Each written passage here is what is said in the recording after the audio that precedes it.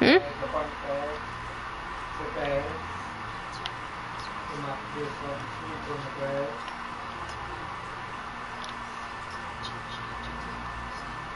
I already know all the fingerprints. I memorized them.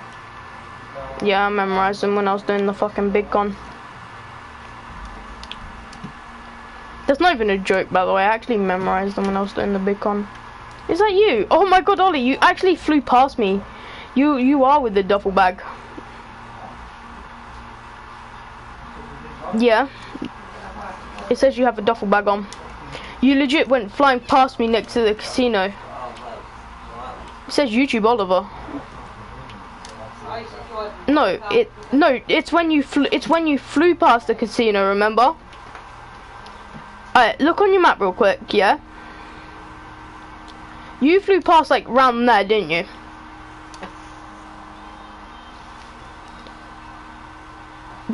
No, it was there. That's where you went. You went flying past to the right there.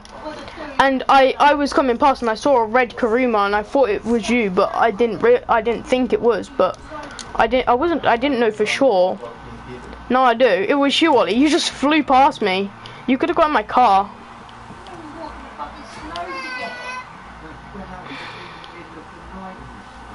Yeah, that's then. You still ran and walked to get your shit in the snow.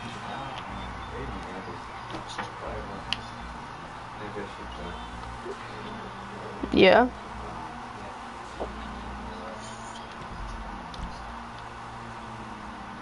Yeah.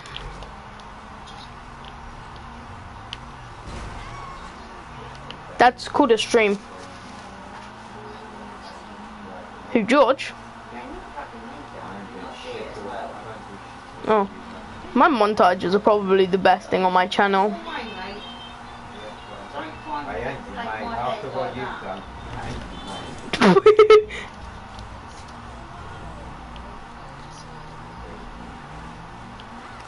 We just ran over 2 girls.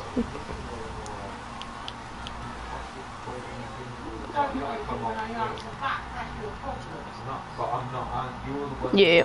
Alright, let's go. Alright, let's park our Karumas here. Alright, let's go. Oh. Let's go. This is 100% gonna casino heist, that means.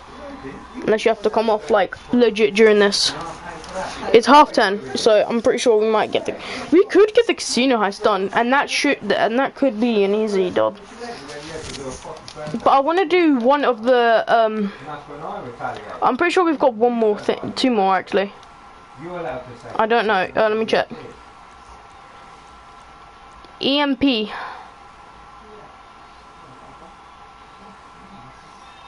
Yeah, because we've done all the to do, and now we want the EMP. Yeah. Alright, let's go. You getting mine, or shall I get yours, or are we just doing both again?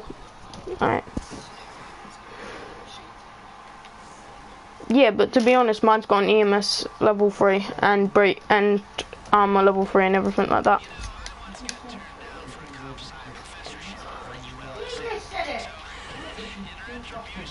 Alright.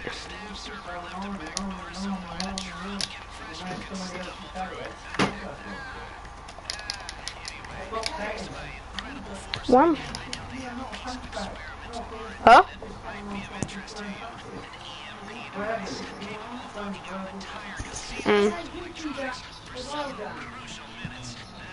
Just go to the right. Just. Yeah, I know. Damn. What you do to you, so don't. Yeah, we defend. Don't think you're fucking innocent. That's what really I don't think I'm innocent, but I'm saying I'm not innocent. Alright, let me drive them.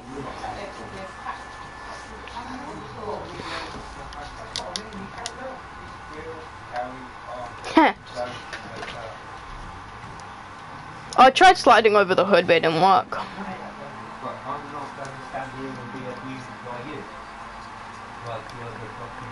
Yeah, but you can barely see shit.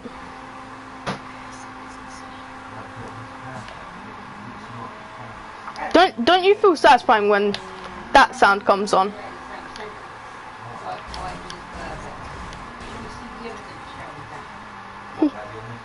No, don't it? Isn't it satisfying when you hear? Yeah. Because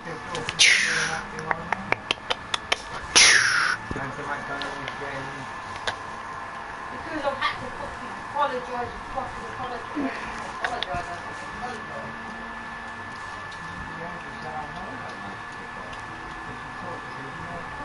Oh shit.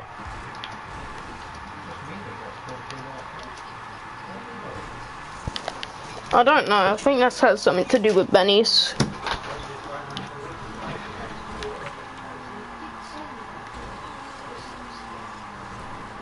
Benny's out once again. That's the only place I've done it, at least. Oh, I also done it in the deluxe, so that's the only other thing I've customized. But the Benny's is mainly where you customize it.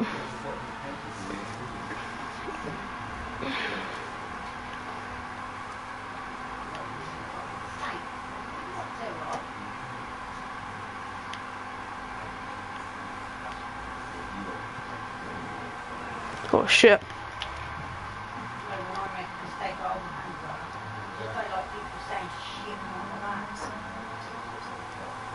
Hmm?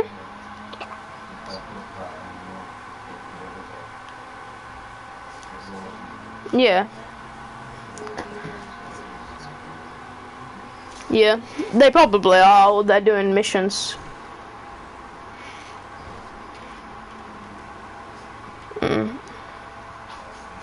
I mean, it's always good to mess around once in a while in GTA instead of taking it all serious, you know what I mean?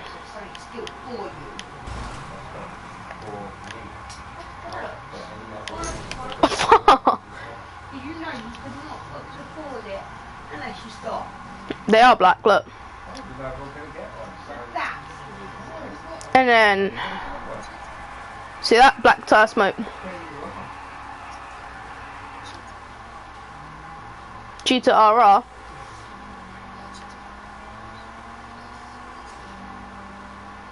Oh, I just chose the first ones as it come up.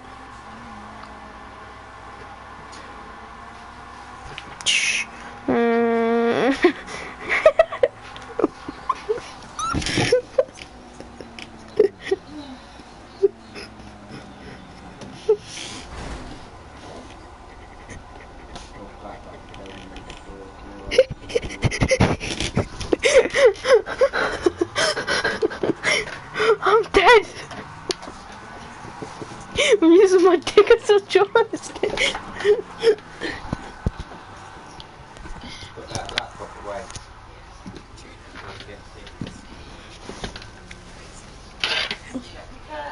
Just the box. Is that how big it is? Or is that how high we're going?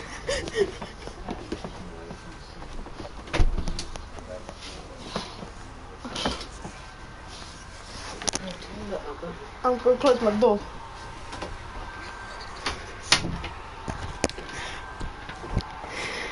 Use it. Ow! Wait, hold on. Ready? Using your dick as a joystick, be like.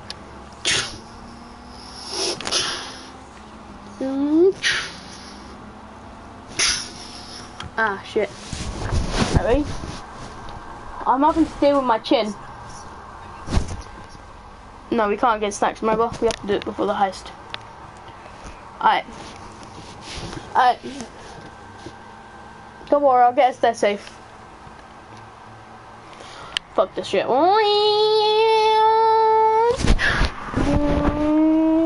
I'm totally not steering with my chin.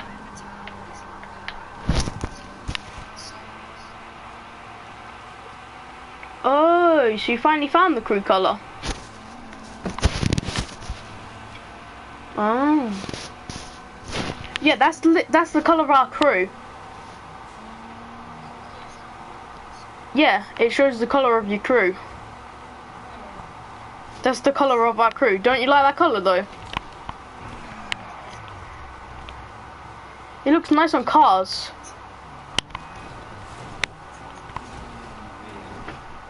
I could make the crew colour purple.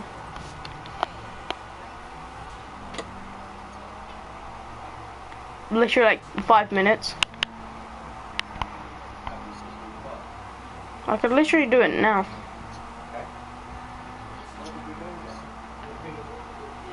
I could literally make a darker black than that black there. It literally makes it look like a grey.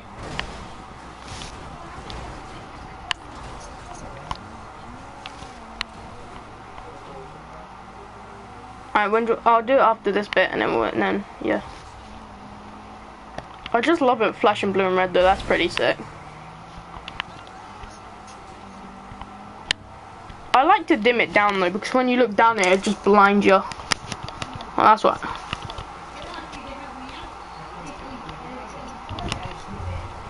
I hate vibrations. Alright, let's go, boys. Remember, if you want to join our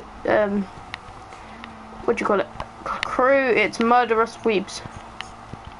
What?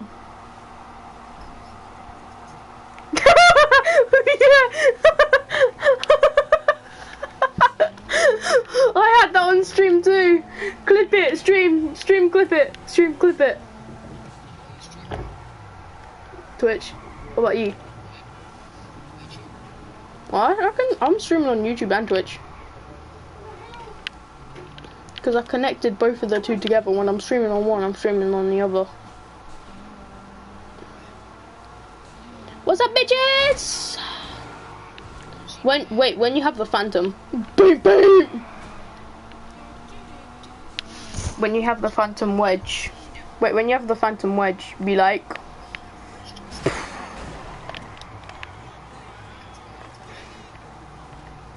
who says?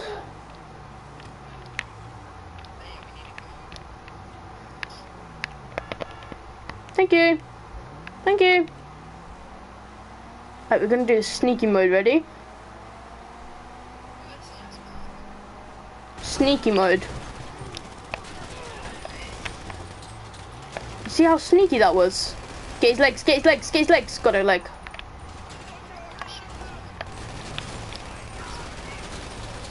There he goes. I'm a co-pilot.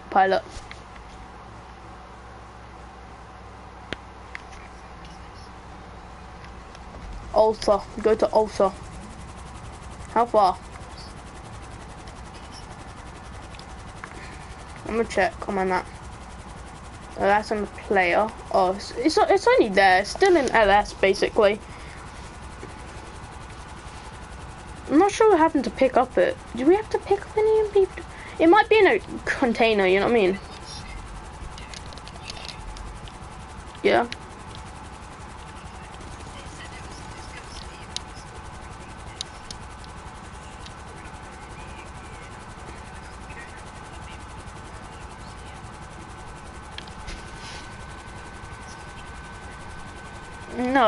No, you can just automatically do the EMP. You do realise that, right? There's something on your phone that you can use the EMP before.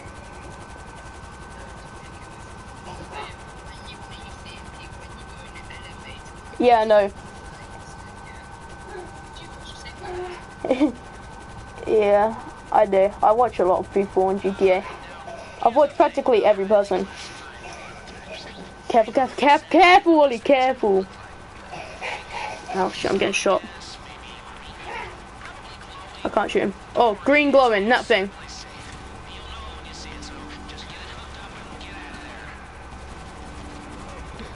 Ollie, remember the hook's a lot longer than it is. Yeah. Can you see the hook? Don't go in first person mode.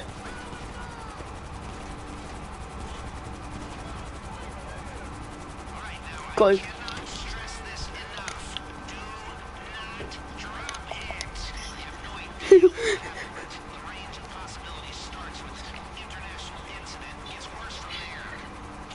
No.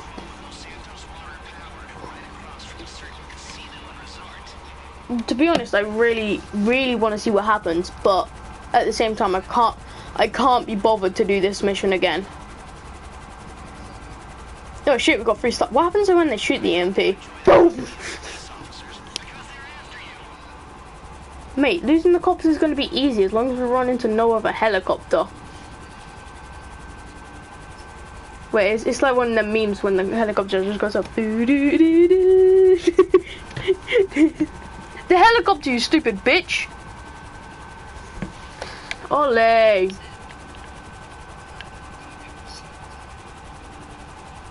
Ooh, still trying to dodge it, you stupid bitch. Go, quick, go. Ollie, go. Fall forward. Now pull up. Fine, I'll deal with this bitch. They're beneath us. They totally didn't just crash. I can't stress this enough. They totally didn't just crash. Ollie, where I marked is the substation, don't... Yeah, this is where we're gonna take it though. We're gonna take it through the track. Alright, try and turn. To the left, to the left, to the left. Golly, the cop's gonna spot us.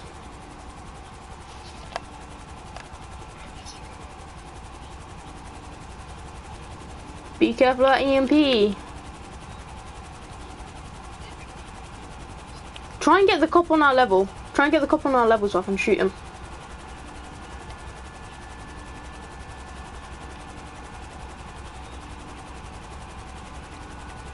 Try and make it so you go to the right so I can actually shoot him to the right. Try and face him to the right. There we go, there we go, there we go. I can shoot him.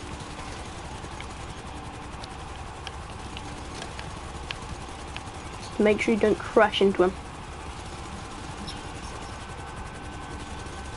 Honestly, I think we'd live, but to be honest, don't really want to find out. By the way, his thing should be pretty slow now because I shot it. Try and stop so he can catch up to our right, so I can at least shoot him. He's going back, quick. Go, Ollie. The whole helicopter left. Swerve.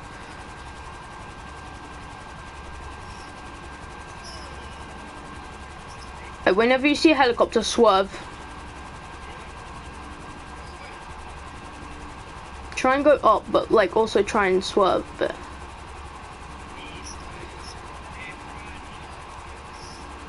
He'll at least have to spawn at least like 30 miles in front of us. Another one's gonna spawn, so I'd be ready to swerve.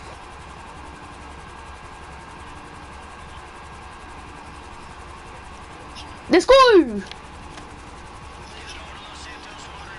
Careful with the EMP, you stupid! Don't fly first person. Use.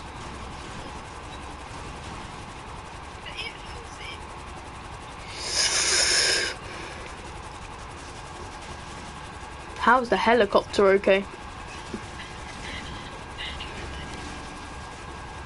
Our helicopter's gonna blow up real quick.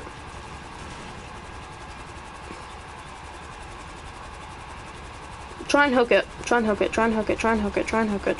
Yes! Go! Up, yeah. Up, you stupid bitch. Go, just go. Get us to the substation before this thing blows the fuck up in our face.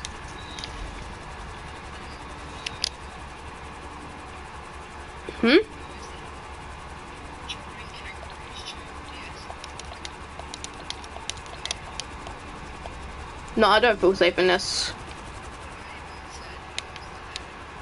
I don't even feel safe in this, so I jumped out. Maybe. Yeah, of course. How the fuck would I live? I don't know, but I'm just gonna make sure the EMP's safe when I get over there. And that's a big if. Oh, let's fucking go, Oliver. You're a god. Sort of. Not too much, but a little bit.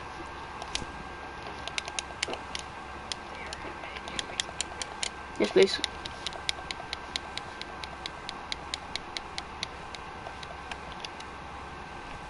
Can I also have a parachute? Whoa!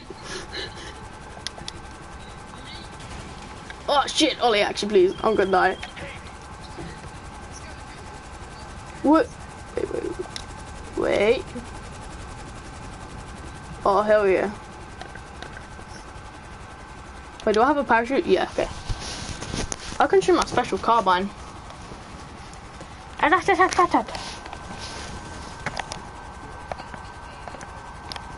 have pink on my tent. Aye, possible casino heist just turned into a casino heist. While you flies back, I'm about to turn our crew colour black.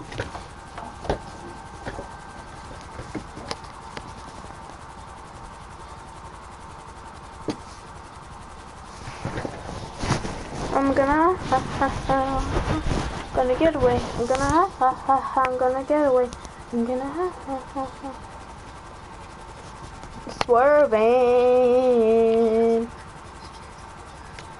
Is there?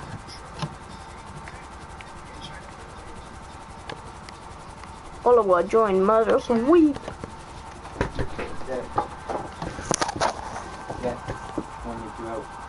Alright, hold on. I'm doing the mission.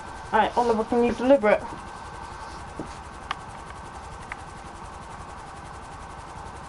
Oh wait, no, you're finished.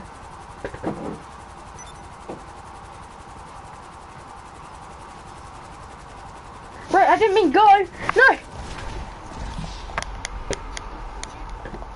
I jumped out and you can probably imagine what happened.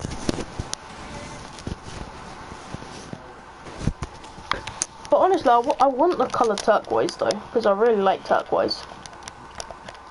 You know, because you shot me up the air.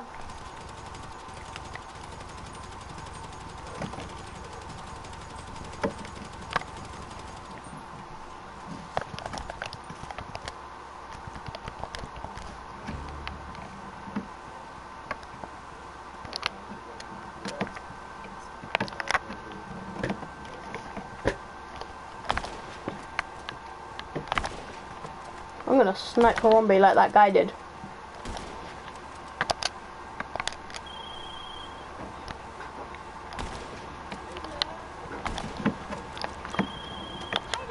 I'm in the bush. Train! Train, train, train, train, train.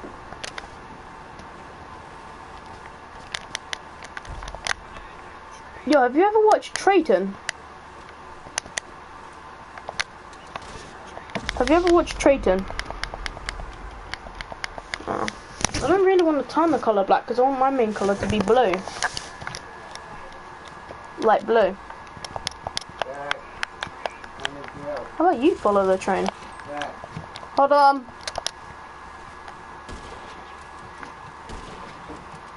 Come here, Rombo.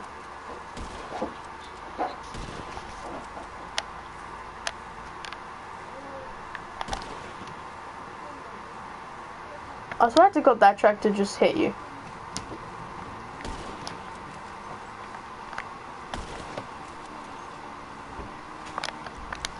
You ain't manly enough to face me, are you?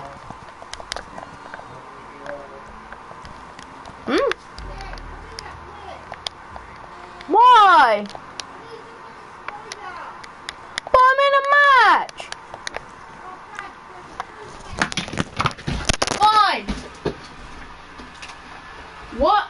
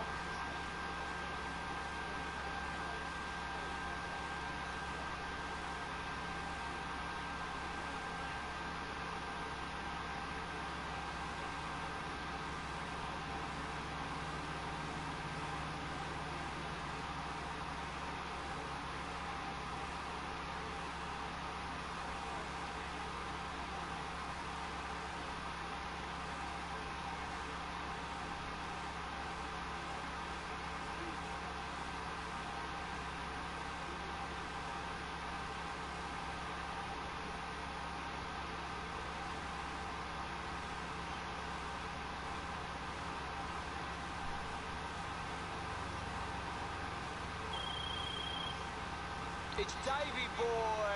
You missed me? Yeah, Solly's got a bit of a problem. Bunch of his classic records have gone. Have you got time to find the wankers that took them and bring the vinyl back to the club?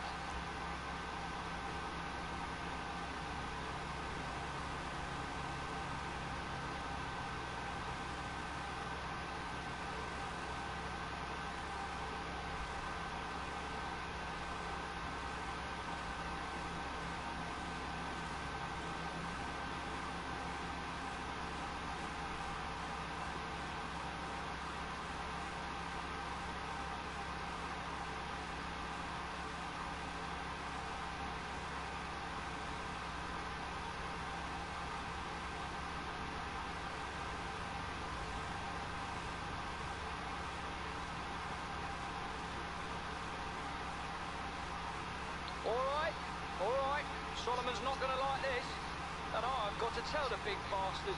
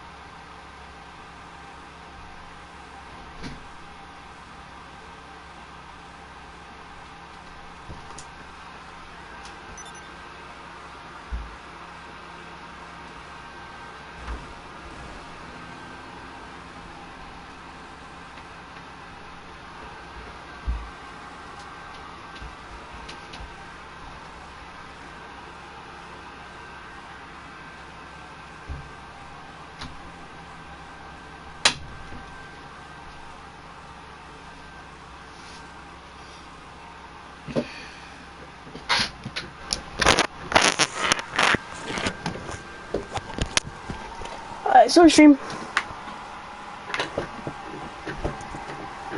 I need to just see something real quick. Oh shit.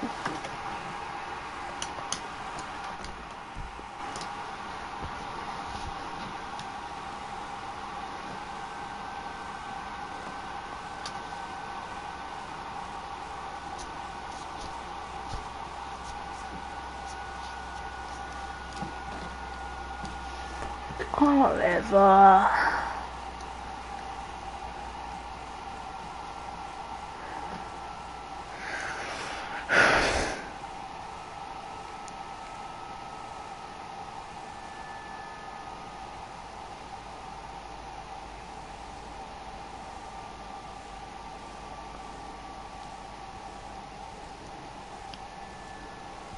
Oh, much smaller miles than this.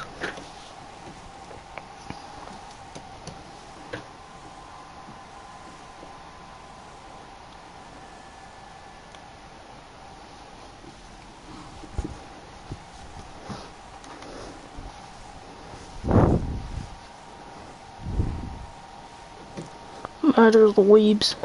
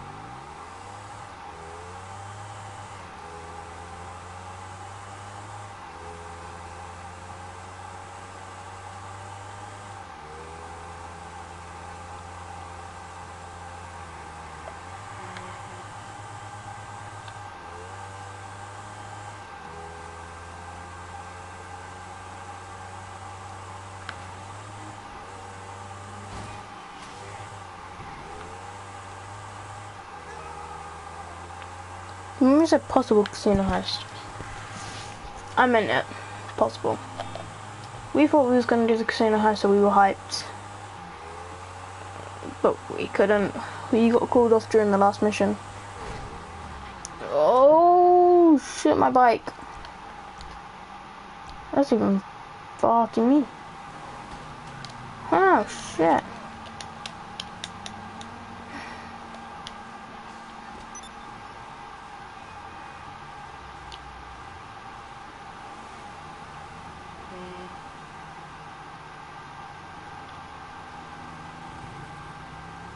Yeah, my friends do Gerald's missions and everything. Oh shit! Fuck. But you see, I don't do Gerald missions. I do cargo. I'm gonna watch how to get 40 grand an hour. And for the next hour, I'm gonna time it.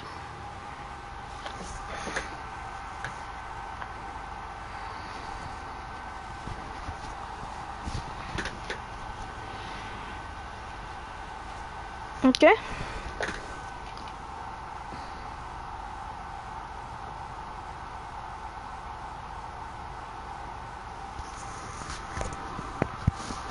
What's up, guys? So I decided to test out this new superpower.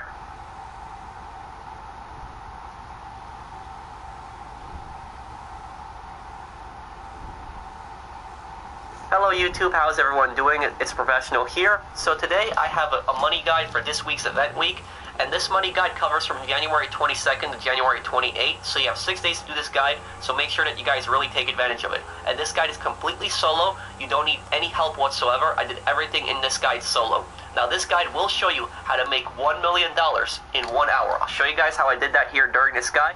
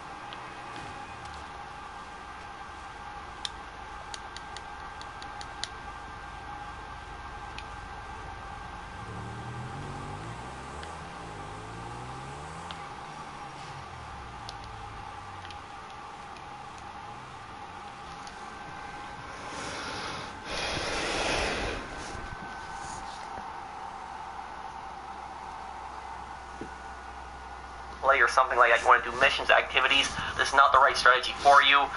But on the bright side is, you can just sit here, you hit a few buttons, and you can just keep doing this, and this will make you some pretty easy money. So you might lose a few times during this, but you're largely going to make a lot of money back. So take a look at this. I won first place here with this horse, and let's see how much money I get back. And I get, let's see, how much do we get?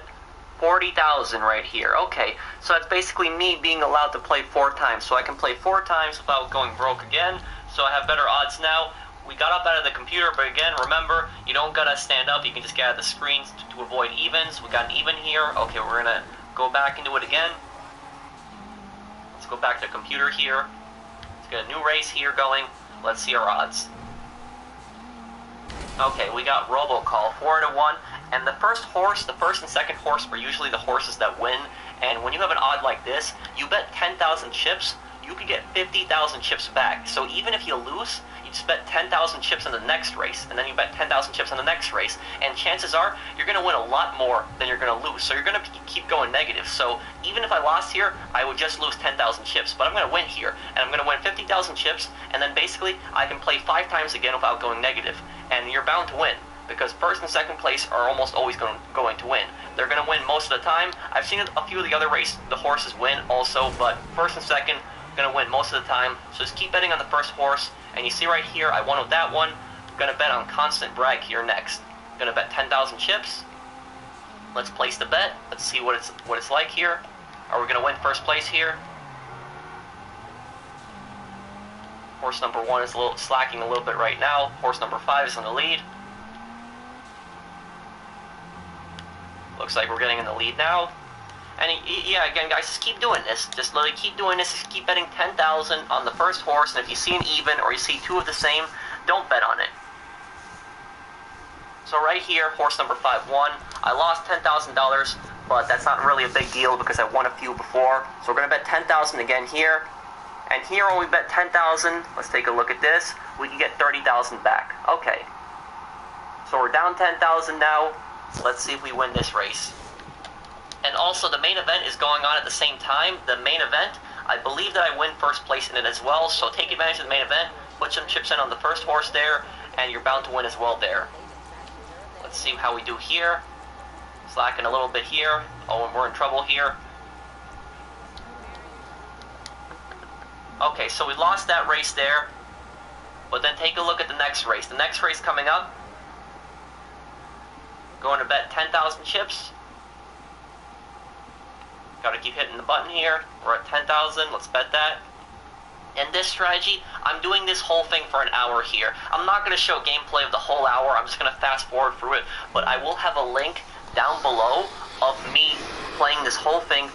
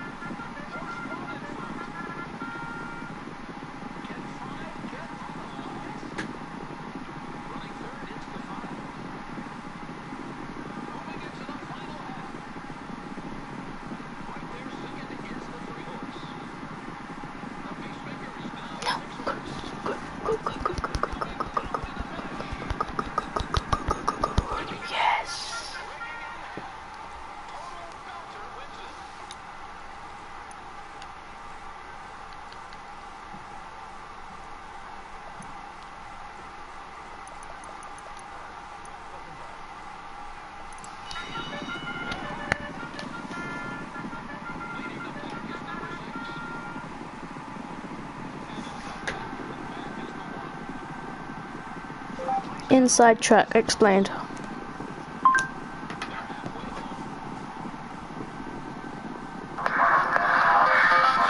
Go, go, go. Speed, speed, speed, speed, speed, speed, speed. Join D-Gym now from just $14.99 a month.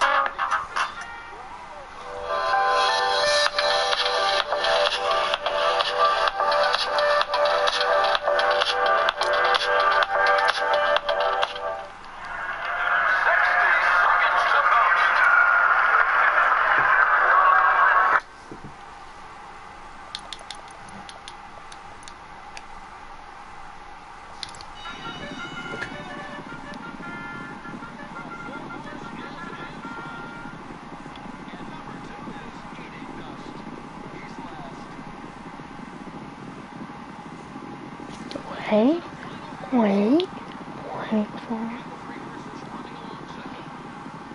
Please, go. Go. Speed.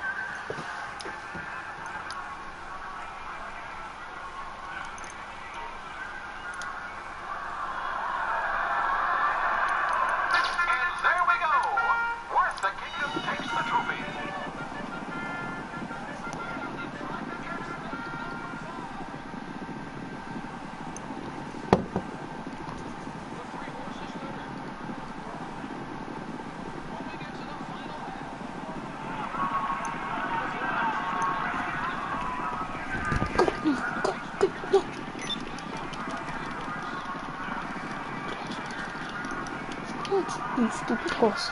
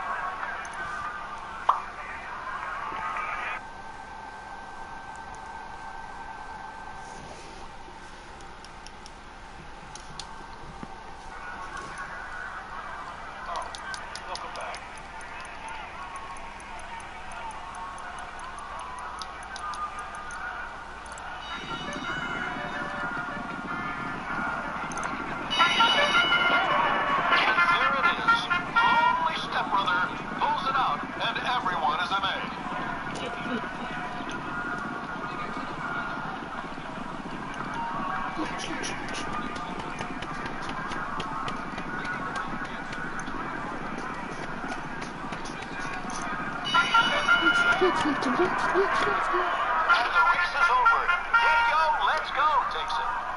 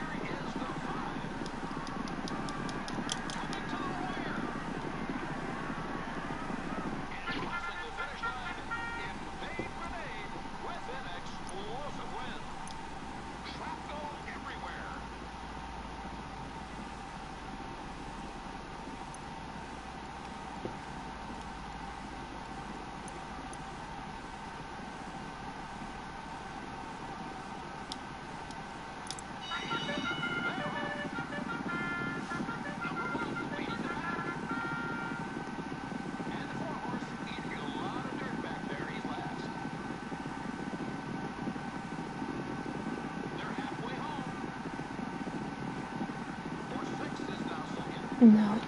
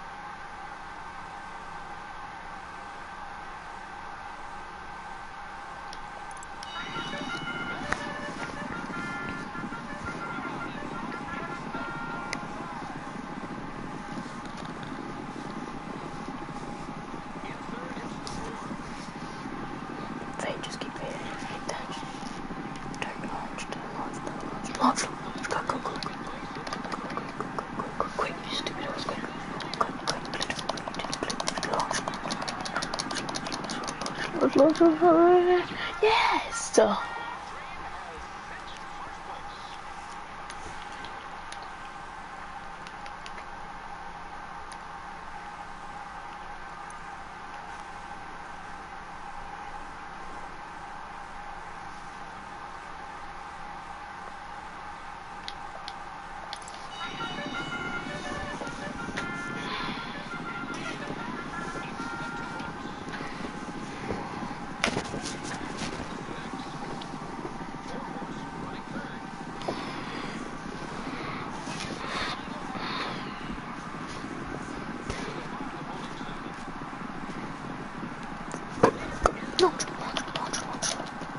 Yes, number 2. Yeah, baby.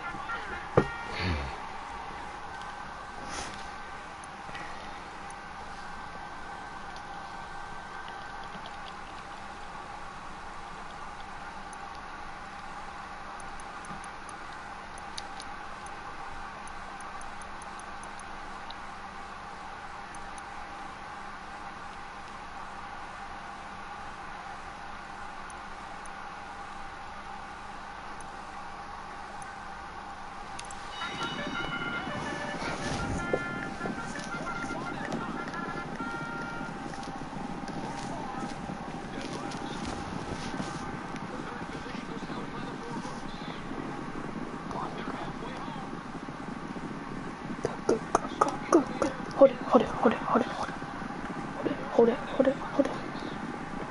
Hold it, hold it. Hold it. Yes, baby.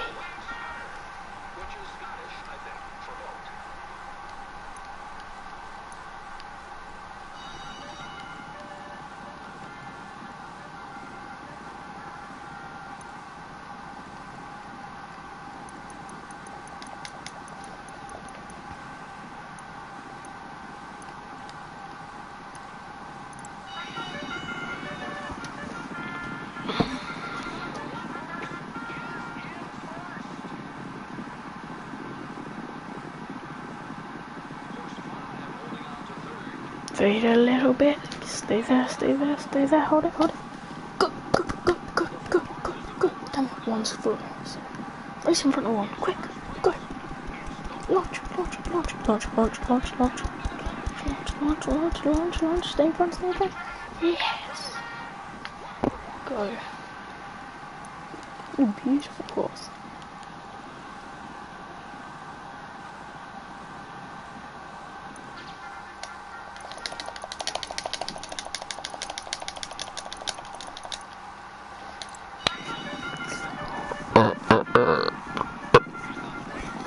I could get a mil by doing this.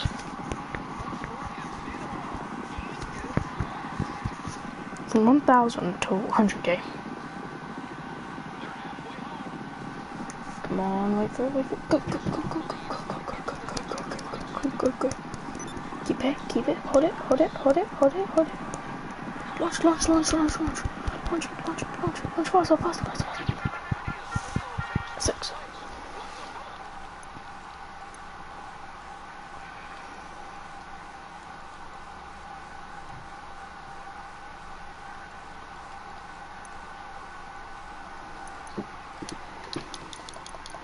Okay.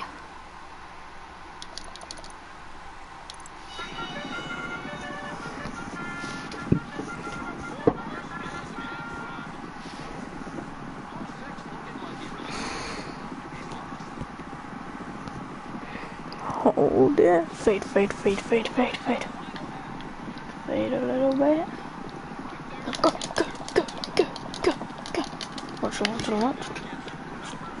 Launch, launch. Yes, yes, yes, yes, yes, yes, yes. Hold, hold, hold, hold, hold, hold, hold, hold, hold. Yes, you beautiful horse.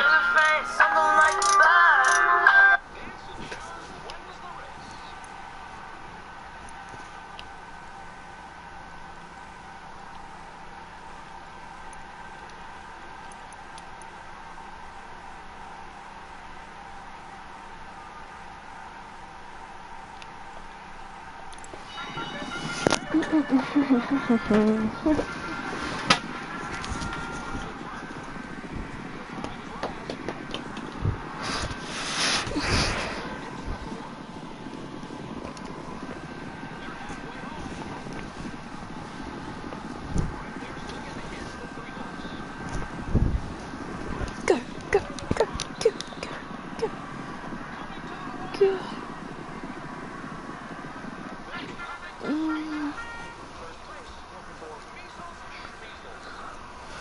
You should smart.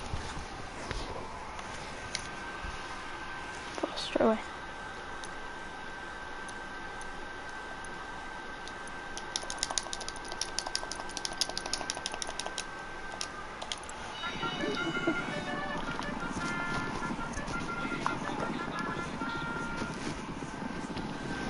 Come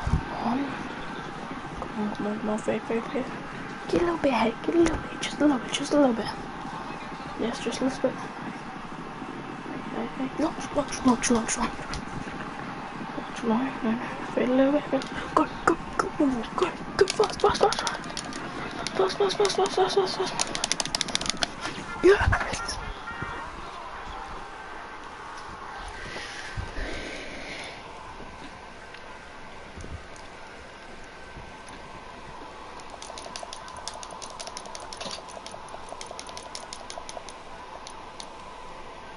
Let's get chips, let's go.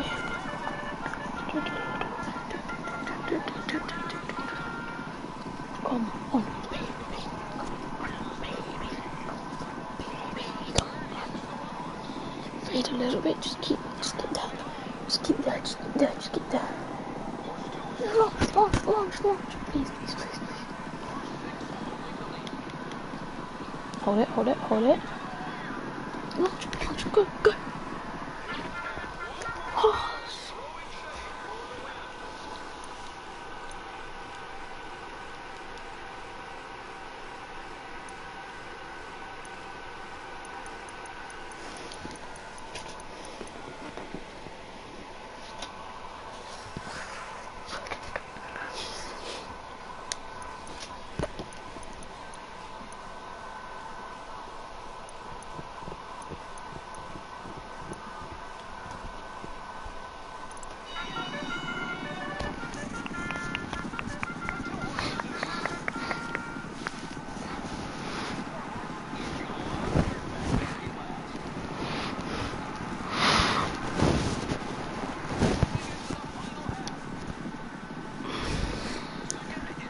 Hold it, hold it, hold it.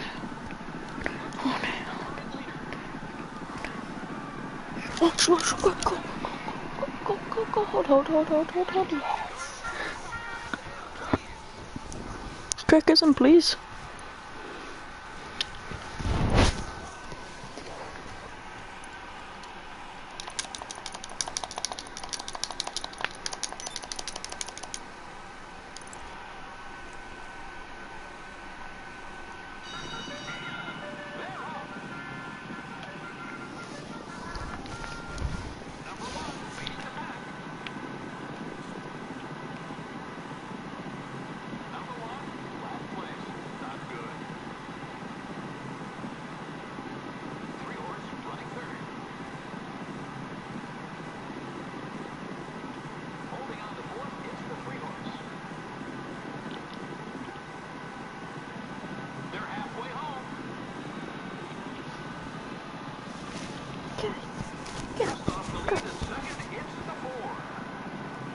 Stick it, stick it, stick it.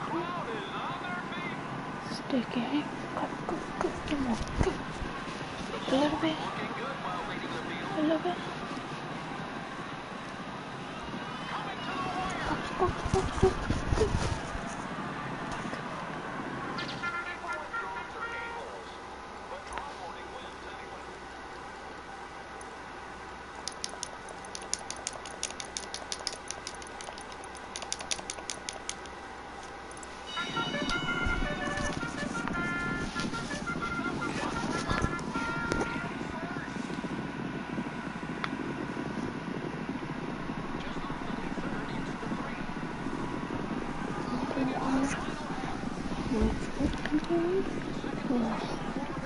Go, go, go, and stay, stay. Fade it a little bit, just a little. Oh, go, go. Watch, watch, watch. Yes.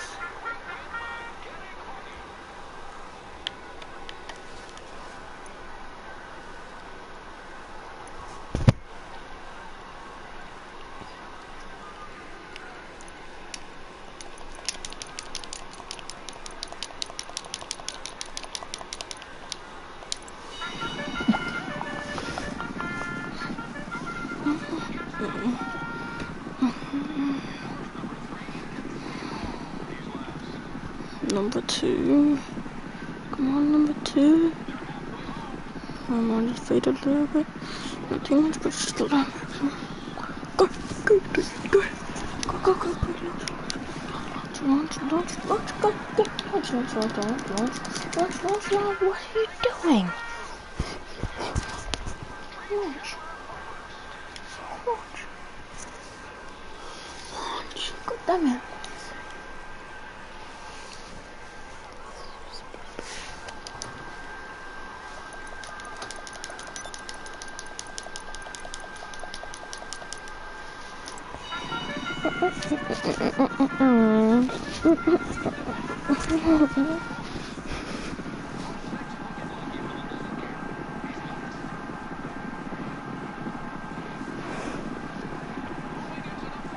My guy's in front, my guy's in front.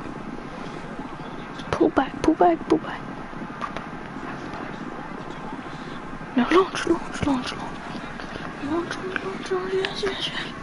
Yes, yes, yes. Let's go.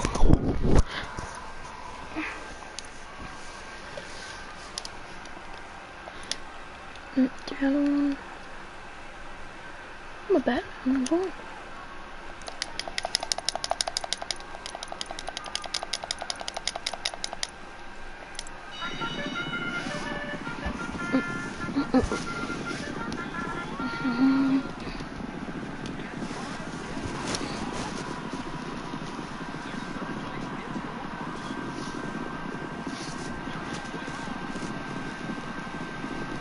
Wait for it to pull back a little bit. Yup. Launch. Go. Fire. Fire. Yes. Boo-hoo. 10 microseconds.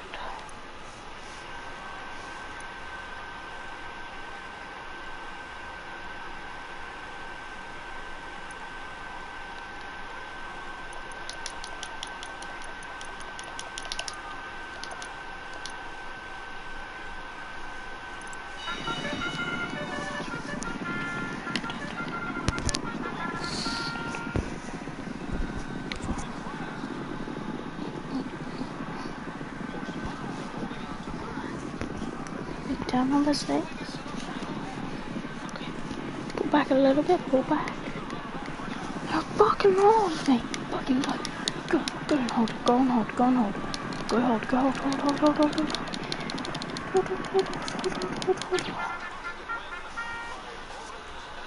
Yes, dear.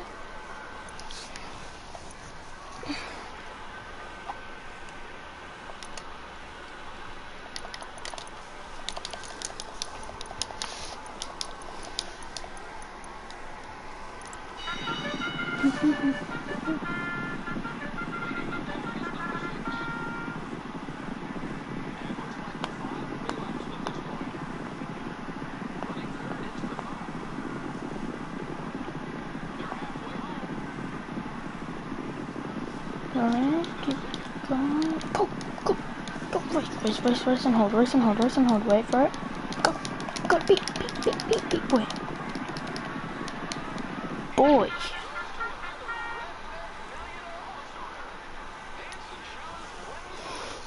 My horse was shit. I know this one's gonna win now. This one I'm gonna go for. Oh, interesting.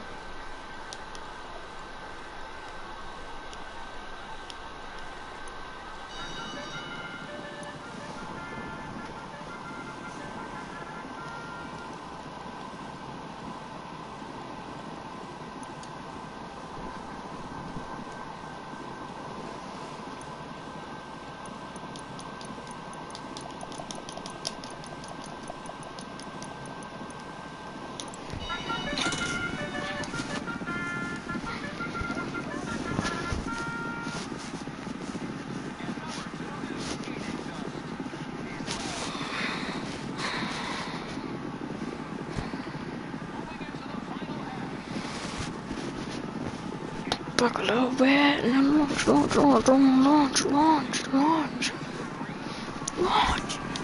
Yes, come on. Hold it.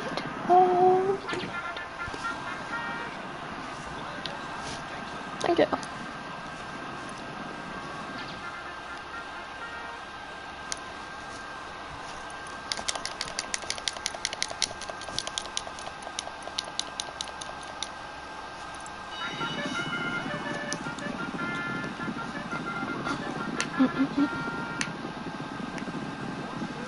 Use weak engine this one. Just gonna up a little bit. That's perfect. Just keep it. Launch. Go. He's trying to launch at the last second. Go. Now. Yes, hold it.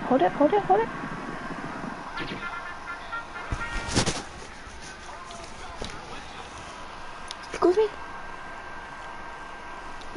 I want to read this because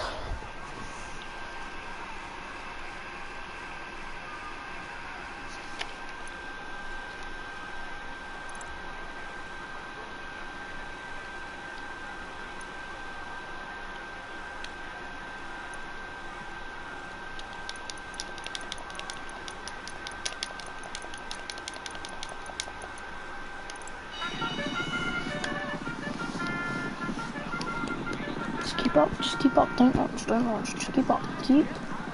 No, back, hold it. Don't hold it, let's just fade. Launch. Keep it, hold it, yes. Boom.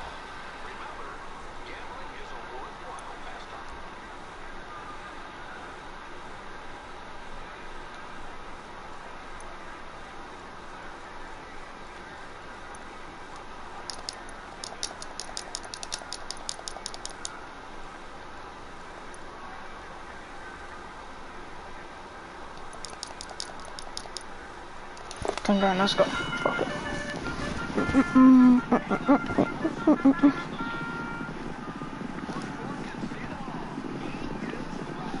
Fade a little bit, fade.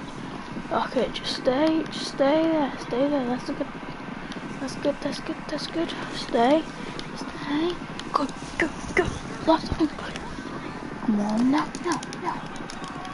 Go. That's your natural speed. I would have just betted on Blue Dream.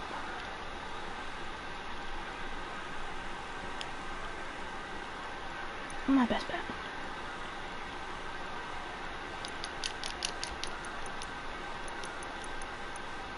Gotta get chips.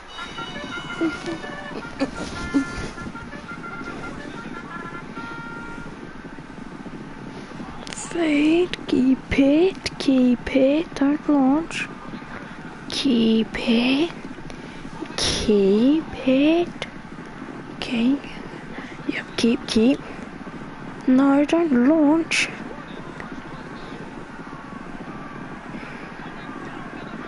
No. Fucking hell. Oh, you're shitting me. Bro, this kid doesn't know how to fucking do it. He fades back at the wrong time and then launches at the wrong time.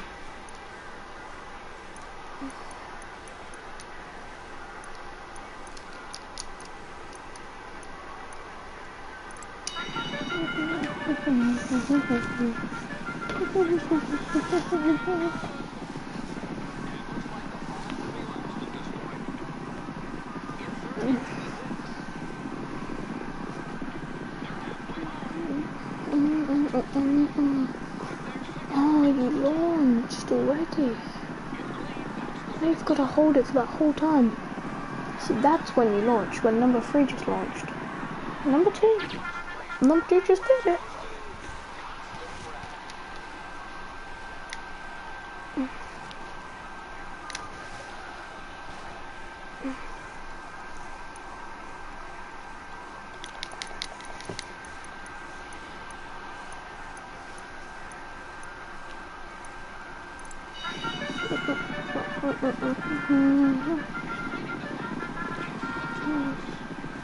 Hold it, just there, hold it there. It's perfect if that's your normal running speed. Bit fade a little bit, take a quick breather. And launch.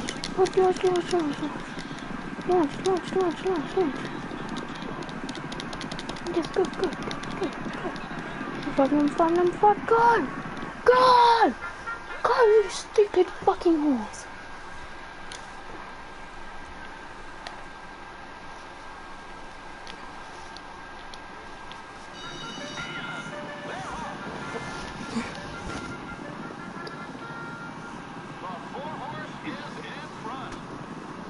It's number 6, come on please, win. Nice. Keeping it up, fade a little bit. Right, keep it. Right there, steady. Keep right there, steady. Keep it right there. Keep it right there. Keep it. See halfway, okay. Keep it. Keep this stamina. Go. Yes, go, horsey, go. Go, you stupid horse. Go. please, please, please, please, please. Yes. Hell yeah. Okay, that's pretty sick. Respect. Ring rocks, 10k.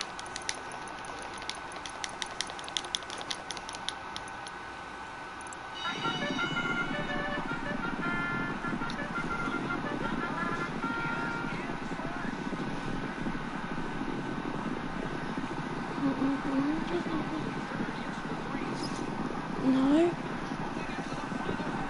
Pull back a little bit, just a little bit. Alright.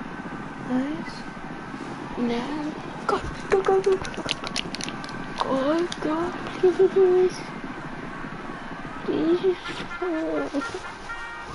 You launched the wrong time, you stupid bitch.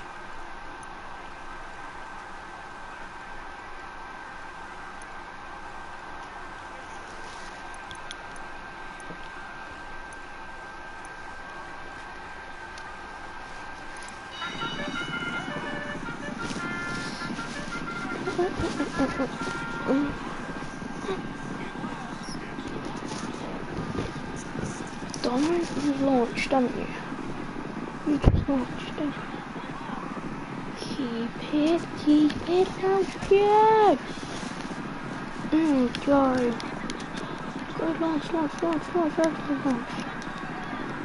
Oh, yes. You beautiful horse. Bubbles. Oh, yeah.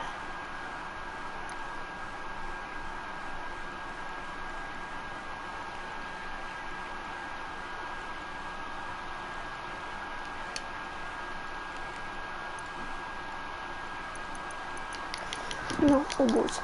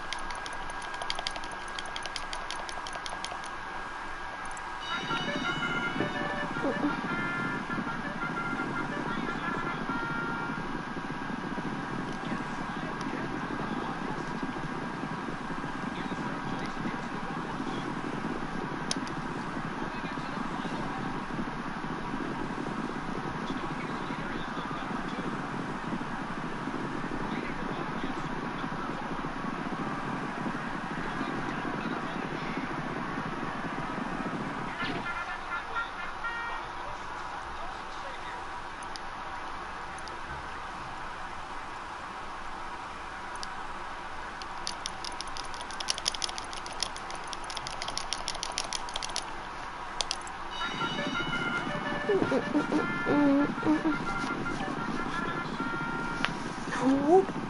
Go. A little bit. No, stop there. Oh. You've already launched. Now hold back. You have to pull back now. If you want to launch again.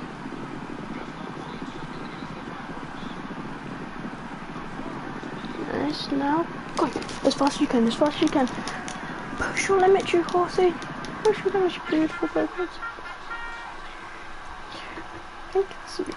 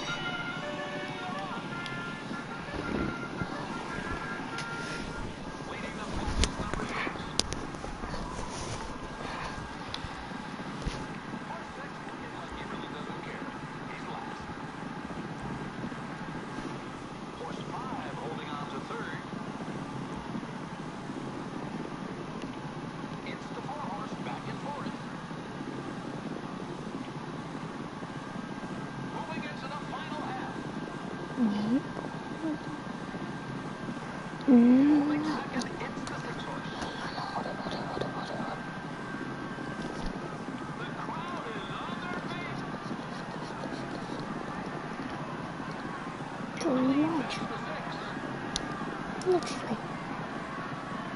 3 launch. 1, 3.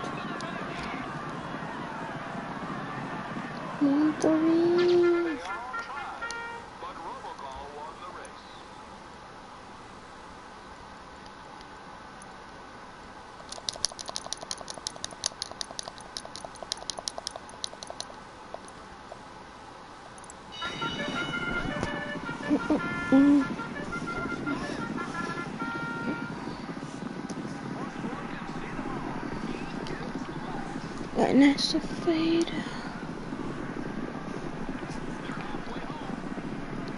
Keep the fade, man. That's actually still running. Not realize it. Run now. Run. Bro, this horse is stupid. Bro, he's all the way at the back. He's fading and he's going straight forward. Like, come on, do it at the right time at least.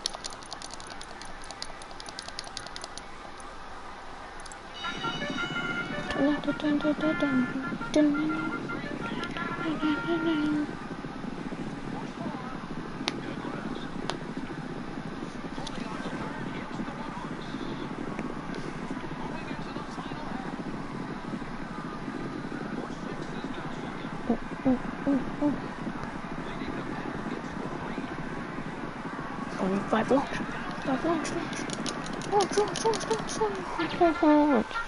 Launch.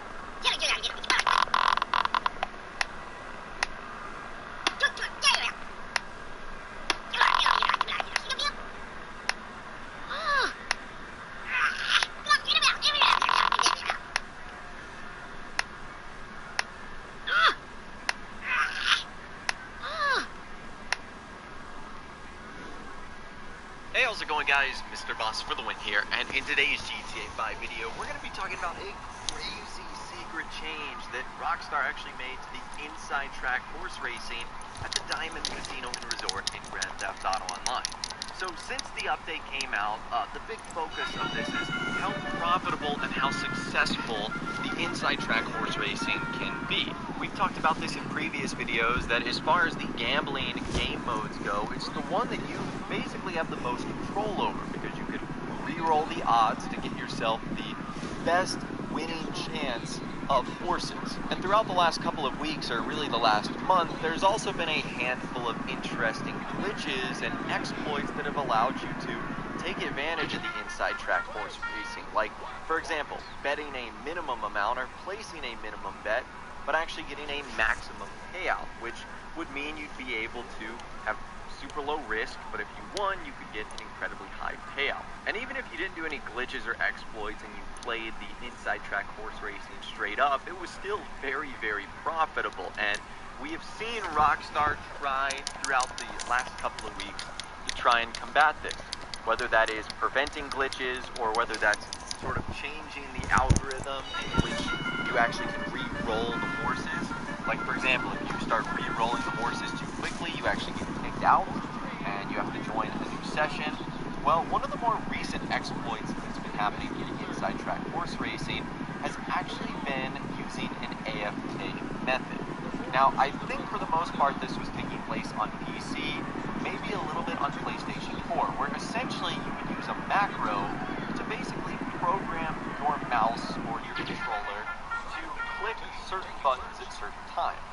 And what players could do is they could just leave Grand Theft Auto 5 on, they could activate or run the macro, and basically what it would do is allow them to sit at the inside track horse racing, and while they're either in school or work or overnight, they would just place bets on the various horses, and over time it eventually would make them millions of dollars. And the reason programs like this macro work for the inside track horse racing is because it's the one game where you can just click buttons and you can end up making money. All the other game modes like poker, blackjack, even the slot machines require a little bit more movement and decisions that you have to make. Now, I'm recording this video on August 17th, and about 24 hours ago, some players started getting reports that they were getting kicked out of the casino. They were getting kicked out of the Diamond Casino and Resort if they ended up winning 3 horse races in a row, which actually isn't all that hard to do, especially if you get like 3 horse races that are, you know, evens or 2-to-1 odds or 3-to-1 odds. I mean, you're most likely going to win that race. So a lot of people started wondering, okay, what the heck is going on here? Why am I getting kicked out of the inside track horse racing? I'm not glitching, I'm not exploiting, but all I did was win 3 times in a row. Did Rockstar implement a new system that prevents you from winning too often and too frequently at inside track? Well, better idea on what changes Rockstar put out this week, 2 hours ago, where he said a background update occurred 20 hours ago, and you can see that it fixed a duplication glitch that relies on a specific property, an MOC duplication glitch, a God mode glitch, and the big one is adjustments to the inside track were made. Now it kicks you after 3 wins. It also tracks your casino chips and does some checks. Okay, that is incredibly interesting. So now what's going on is if you win 3 times in a row at the inside track horse racing, you get kicked off. Now I think the reason that Rockstar did this is sort of their band-aid to prevent the AFK glitches that are happening at the horse racing. I don't think this is a permanent fix because it seems to punish even legitimate players. Like I just mentioned, even if you weren't using an AFK method or using a various glitch, you would still get kicked out of the casino. And I'm not just talking about getting like kicked out of the casino. Like if you go into the VIP lounge, you get thrown out. Like it legitimately kicks you from the session. Like you get a timed out there or something like that. So Rockstar literally make it so that you have to completely load into a new lobby and then you have to go back into the casino to start it all over again. Now there are some specifics with this. Basically what Rockstar did is if you're making a profit and you're winning on 3 horses with different odds, you may get kicked from the session. Now in order to combat this, what you have to do is bet on a horse with the same odds as before, so that you can make money without getting kicked. So I think what Rockstar is trying to do here is prevent a combination of things. The AF...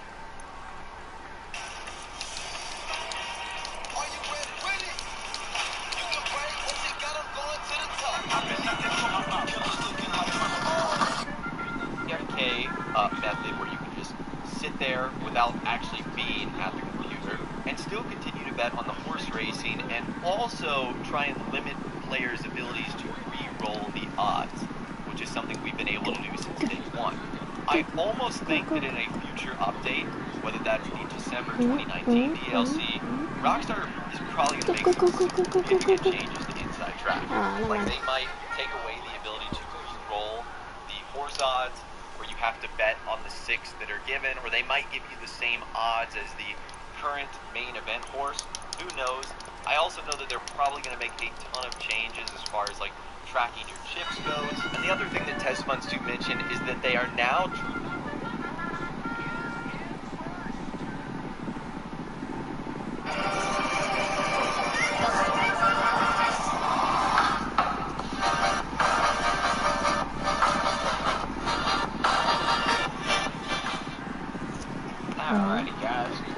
today's GTA 5 online video, I'll be showing you guys how to win the horse races every time you guys bet.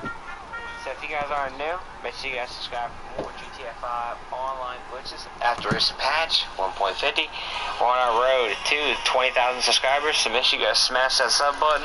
And if you guys enjoyed today's video, make sure you guys hit that like button as well. Let's go ahead and get straight into this GTA 5 online video on how to win the horse races every time you guys bet, so you guys can make up to $400,000 to $500,000 every hour. Alright, now before we get into today's video first, I'm letting you guys know I just started a new Instagram for the channel, so if you guys want to go ahead and follow it, it's right here on screen. So yeah, let's go ahead and get straight to this video. Alright, so what you guys want to do is just go ahead and make your way to the horse racing area inside the casino and go ahead and hit right on D-pad on one of these chairs. And once you have to sit down, what you want to do is just go ahead, press X to place a bet, go to the single event and place a bet. Just go ahead, pick the horse with the least amount of numbers on the left side, so this one right here, 2 out of 1. And what you guys want to do is just go ahead, hit the arrow until you guys reach a max of 10,000 chips, which is the max bet. Now you guys see we get $30,000 if we win. So we're going to do is go ahead, place the bet.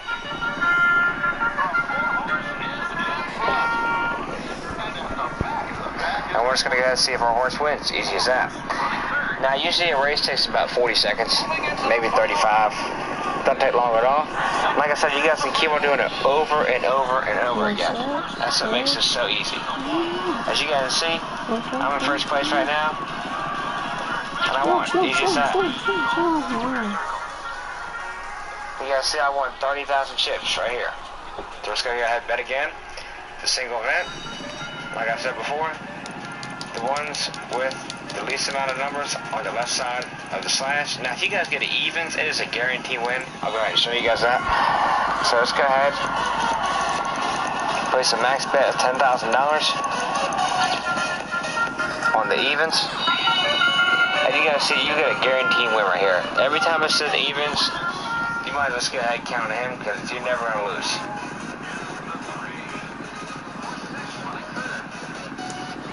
So go ahead, watch the whole race and watch your dude win every time.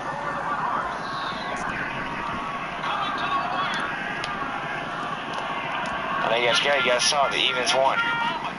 So I made 20,000 off of that. So just go ahead and bet again, just keep on doing it over and over again. Easy as that. So this time we got a 3 out of 1. We're just going to go ahead, bet 10,000 on him. And we get $40,000 payout. Let's go ahead and place the bet.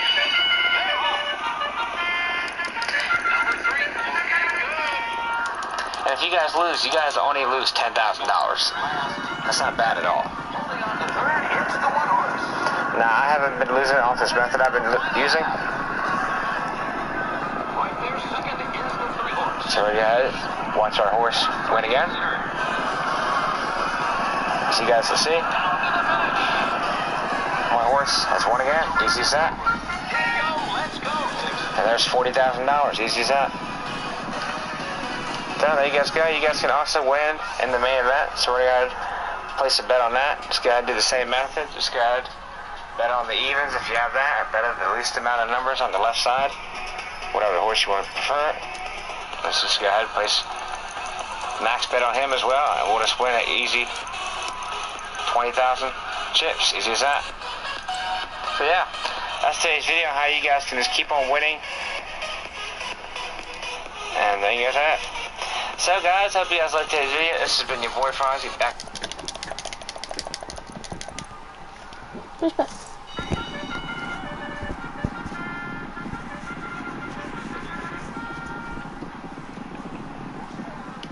Alright, keep calm, keep it. No, I don't want too far. Keep going, don't go too fast. Alright, pull back a little bit, good. 45. Go.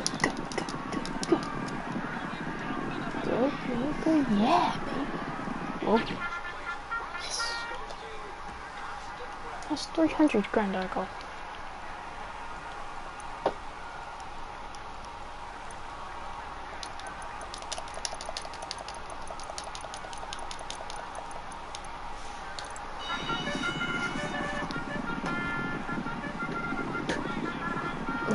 Keep it front, so you tire all them out, try and loot zoom you.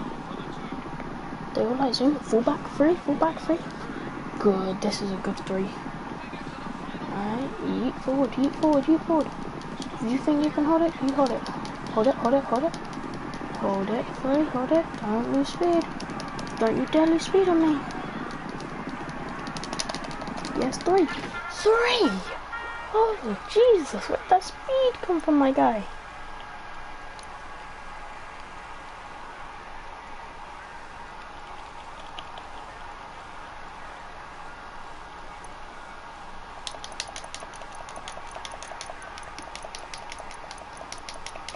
So it's only 10k chips. I'm fine. For in the door.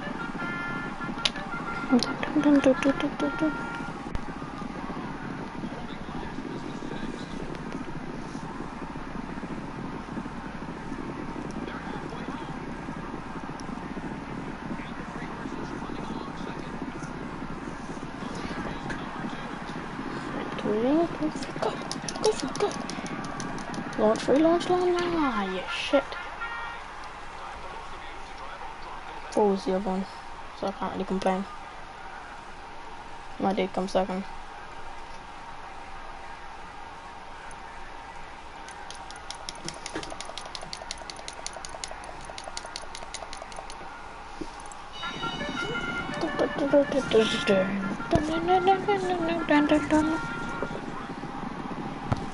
Wait to zoom. Not zoom. Hold back a little bit. Okay, now pull back. Good two. Go.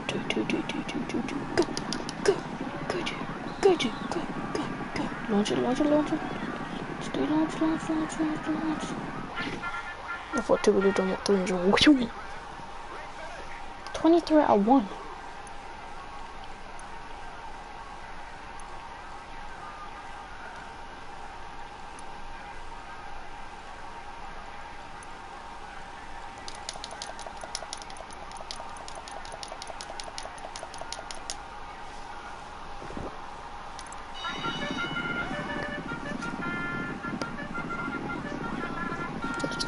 Funny. Please 6, please.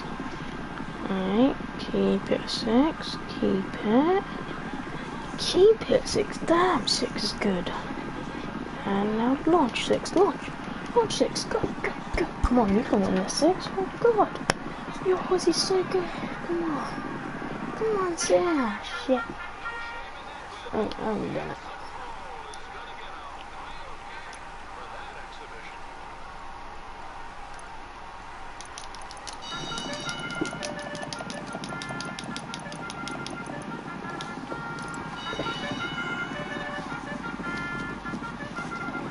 Right, to launch.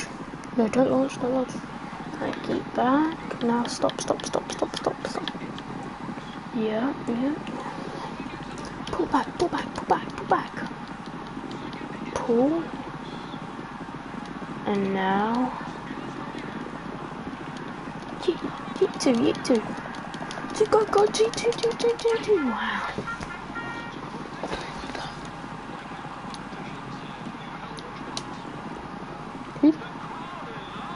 Okay, come on, Evans. Go on, win back some money. Come on, eat it. See?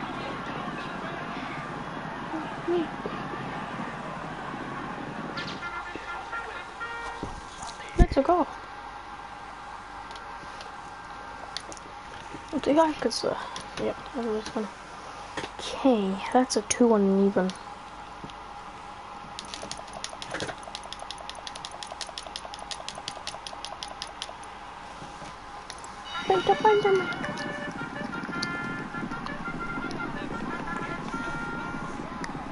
Just keep that too. I try and make them catch up to you, and then read back. Keep it there too, keep it there too, keep it there too. And now yeet, yeet, yeet, yeet, yeet, yeet, yeet. Stay in front, stay in front, stay in front, stay in front. Inhale, me too.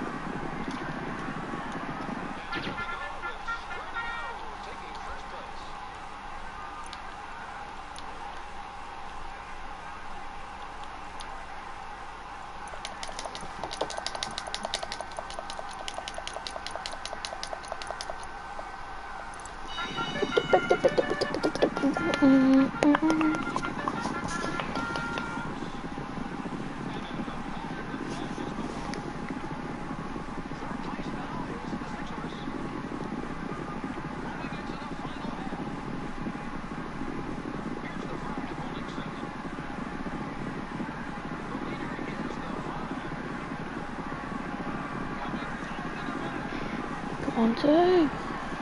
Yes, two.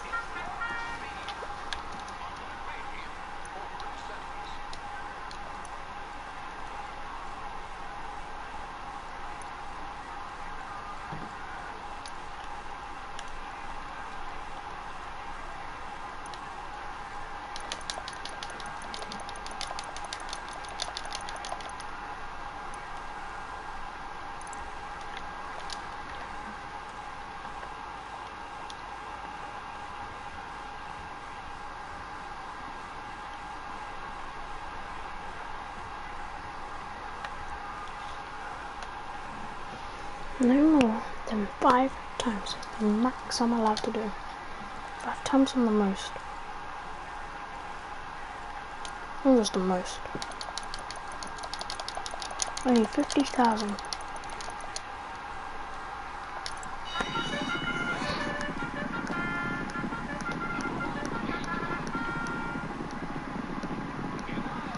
To put a run, you're actually doing it. 12-1, you're actually doing it. Oh, Jesus.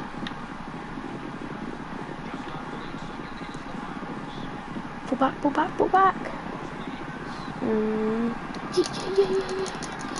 Yeah. Come on, come on. I just won 130 grand.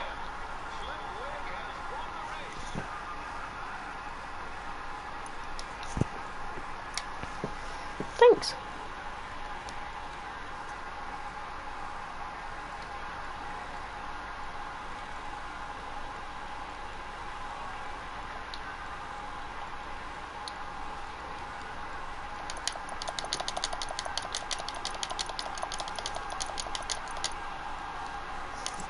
Is it? Because the fun.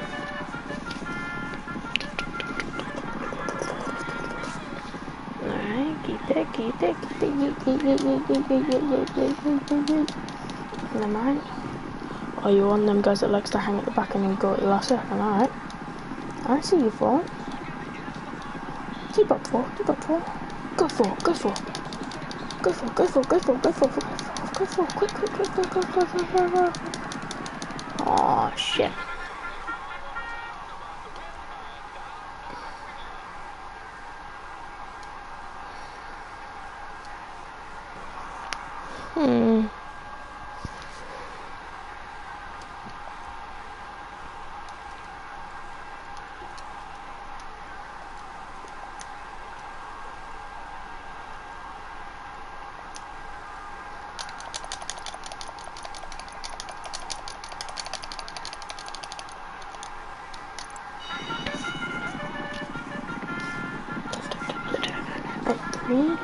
Do I think you're gonna do? Please do. You're good. You're a good horsey. You're a beautiful horse. Come on, 3, yeet it. When I say yeet, you yeet. Alright, ready? When I say yeet. Oh, damn you. Pull. And now yeet. Come on, 3, yeet. Yeet for yeet.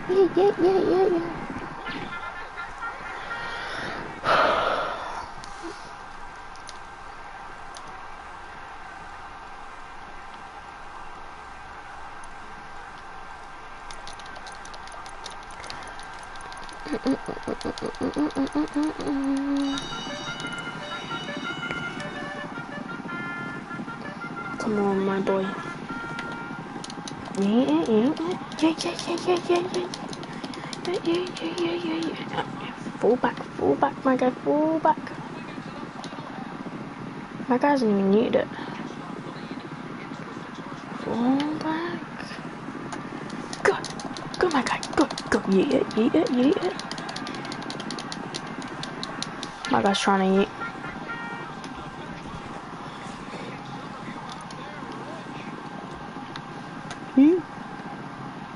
Might be, that one. Come on, number 5. You can do it.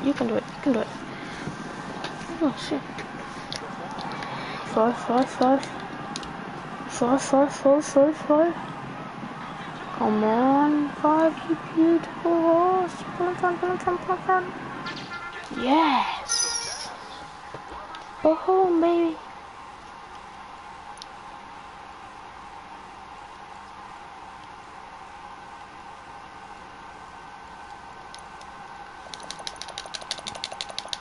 I believe in you, Nunzorda. Come on.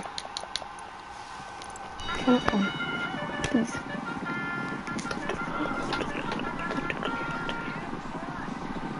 Damn.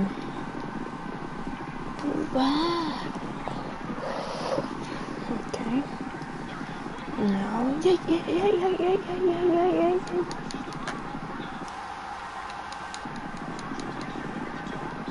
Number 1's gonna get big yet then. Go on. Shit.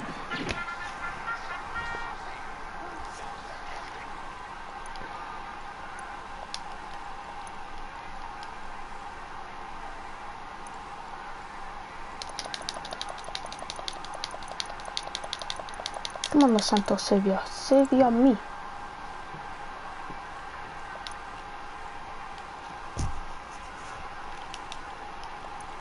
Oh, come on, darling Ricky.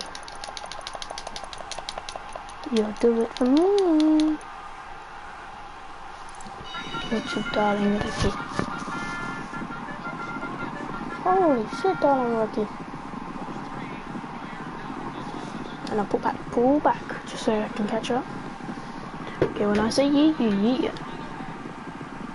And... Yay!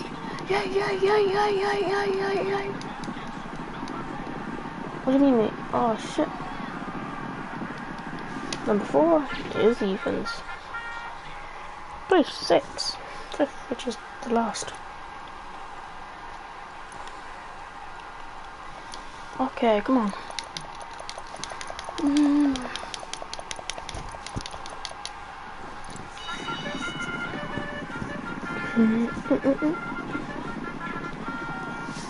Come on, don't need it.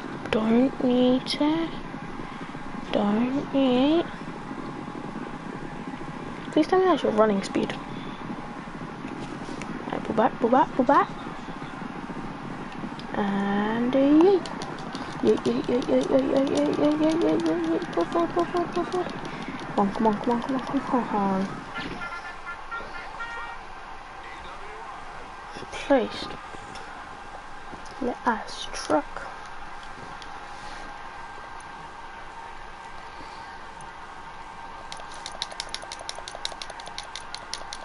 Or can I consent? Do you actually get this? Come on, man, please. Please, Rockstar, please, God.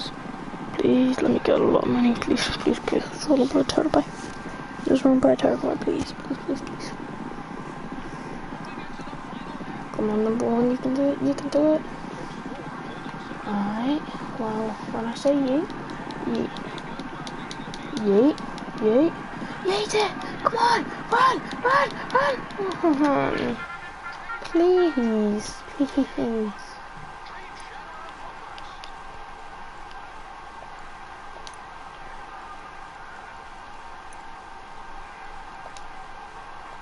Okay. I'm gonna bet on the most there. Please let him win. Please. I really want to win. Please, God, please. Up one, please. Alright, 4. Don't eat. Pull back. Staying last.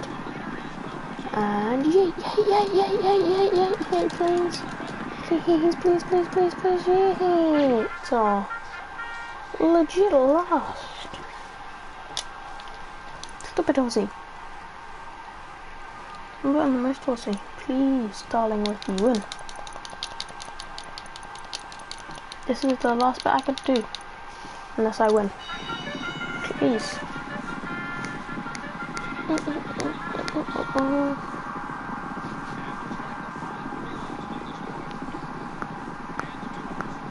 Please, I know what you're doing. Turn forward. Put a little bit back. Go.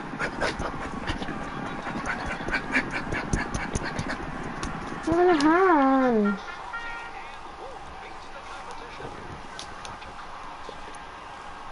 It's actually not one awesome.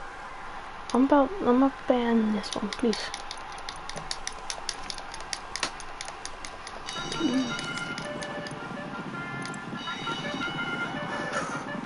This is my horse at the back. This is the horse. My horse is back here. Please. No, you horses. That's the French line. Please. Number 4, go, please, number 4, go. Wait, number 4, actually, no, don't pull back.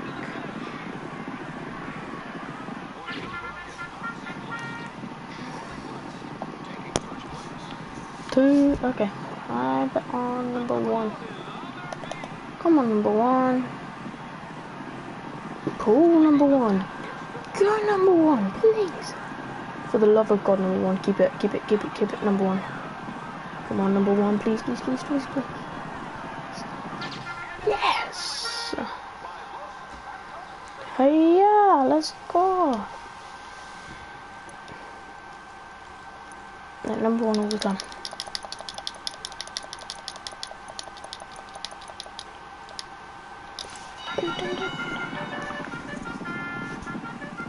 You're not too fast. Keep your running pace, just normal running pace, not fast, not slow. And then one, right, pull back a little bit. Right, get a little bit of speed. Right. Pull back. And then, yeah. Go.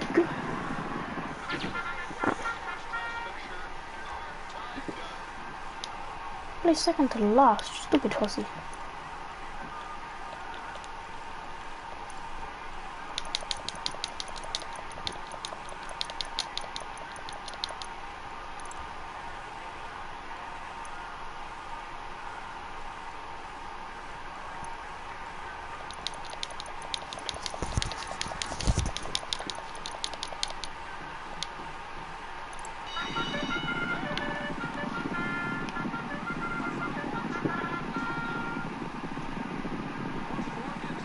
Back.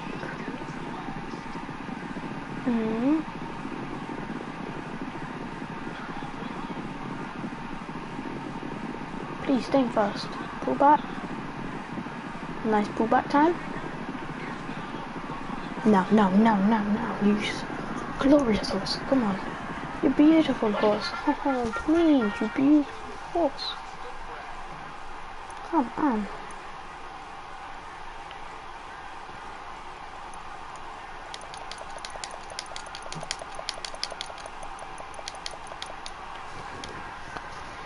Go.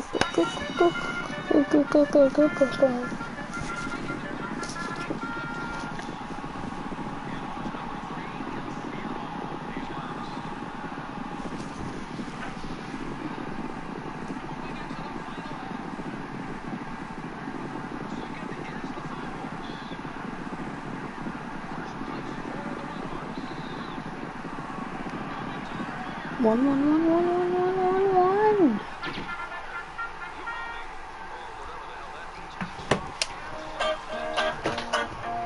Shut up.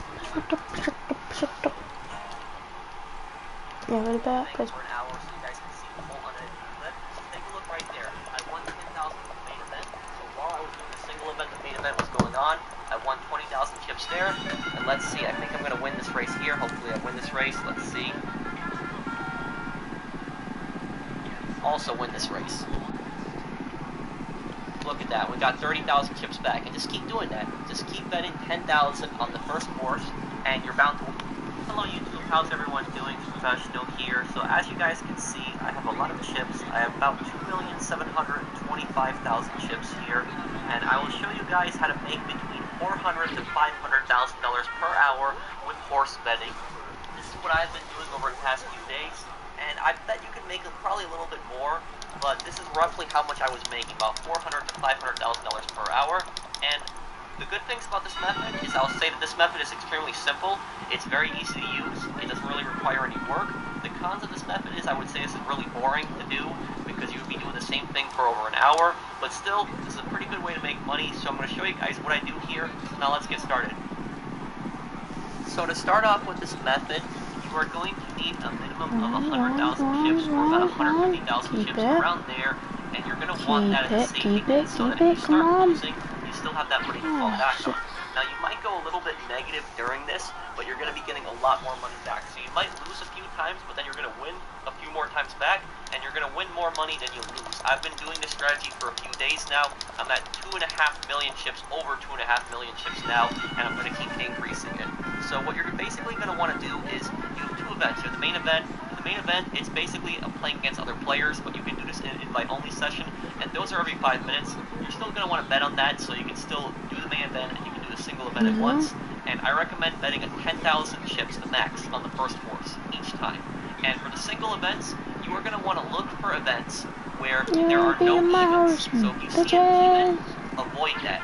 Avoid that race. And what you can do is you can either stand up or you can just get out of the screen. So get out of the screen. I was standing up here, but then I realized that you can just get out of the screen. And when you get out of the screen, it generates a new race. So it'll generate new odds, a completely new race. And you're going to want to avoid the evens. If you see the evens, don't play that race. And the reason that you don't want to play that race is because the even is most likely to win that race, but even if you bet on the even, you're not going to get that much money back. You want to find a race where it's around 2 to 1 minimum, 3 to 1, or 4 to 1. That's the top horse. And you're also going to want to avoid races where the first two horses are the same. So if the first two horses are 2 to 1, or 3 to 1, or 4 to 1, you're going to want to avoid those. So avoid races with evens, and also avoid races where the first two horses are the same.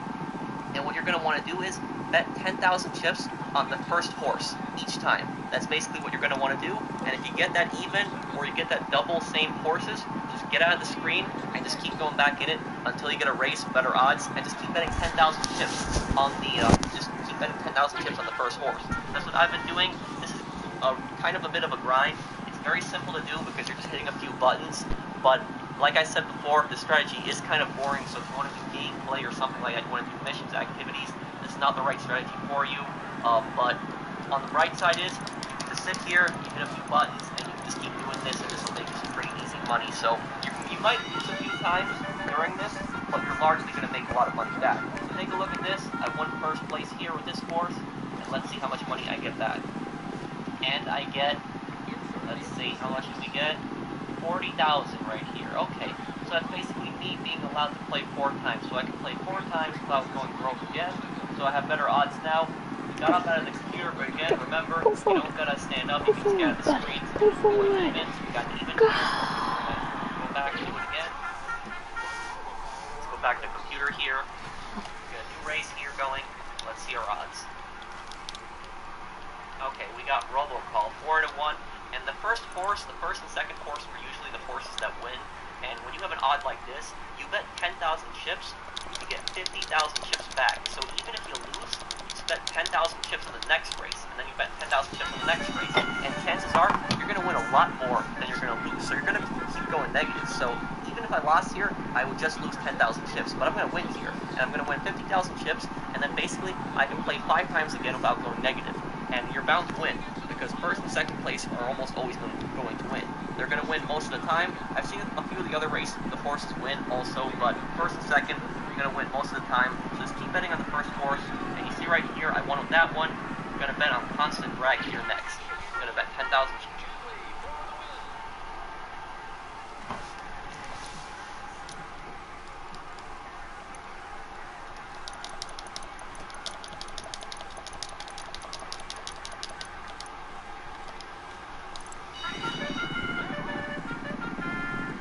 Hello YouTube, how's it going? It's Professional here. Today I wanted to give you guys a new money guide. This is a 2-player guide, so you will need one other friend to help you, but it's very easy to do, and you can do it in an invite-only setting.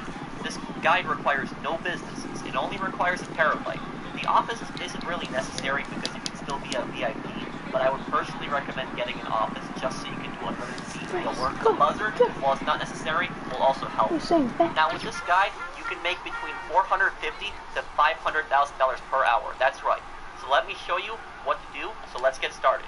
Okay, so the first thing that you're going to want to do is, like in the other guides, we're going to want to be right up here at Los Santos Customs. This one works the best because this is where the nicer cars spawn. And as you can see, my friend is right there. You need to have one friend with you to maximize profit with this guide. I'll explain why you need that friend in a little bit. But the first thing that you're going to want to do is steal a car. Usually nicer cars spawn up here and sell it. We're selling an Ubermacht Oracle XS in this case. So we sell this. And have your friend also sell their car if they want to get money from theirs. Don't have them sell it while they're in your CEO because they'll actually give you the full cut. Okay, so we sold that car. So we got $8,200 for it.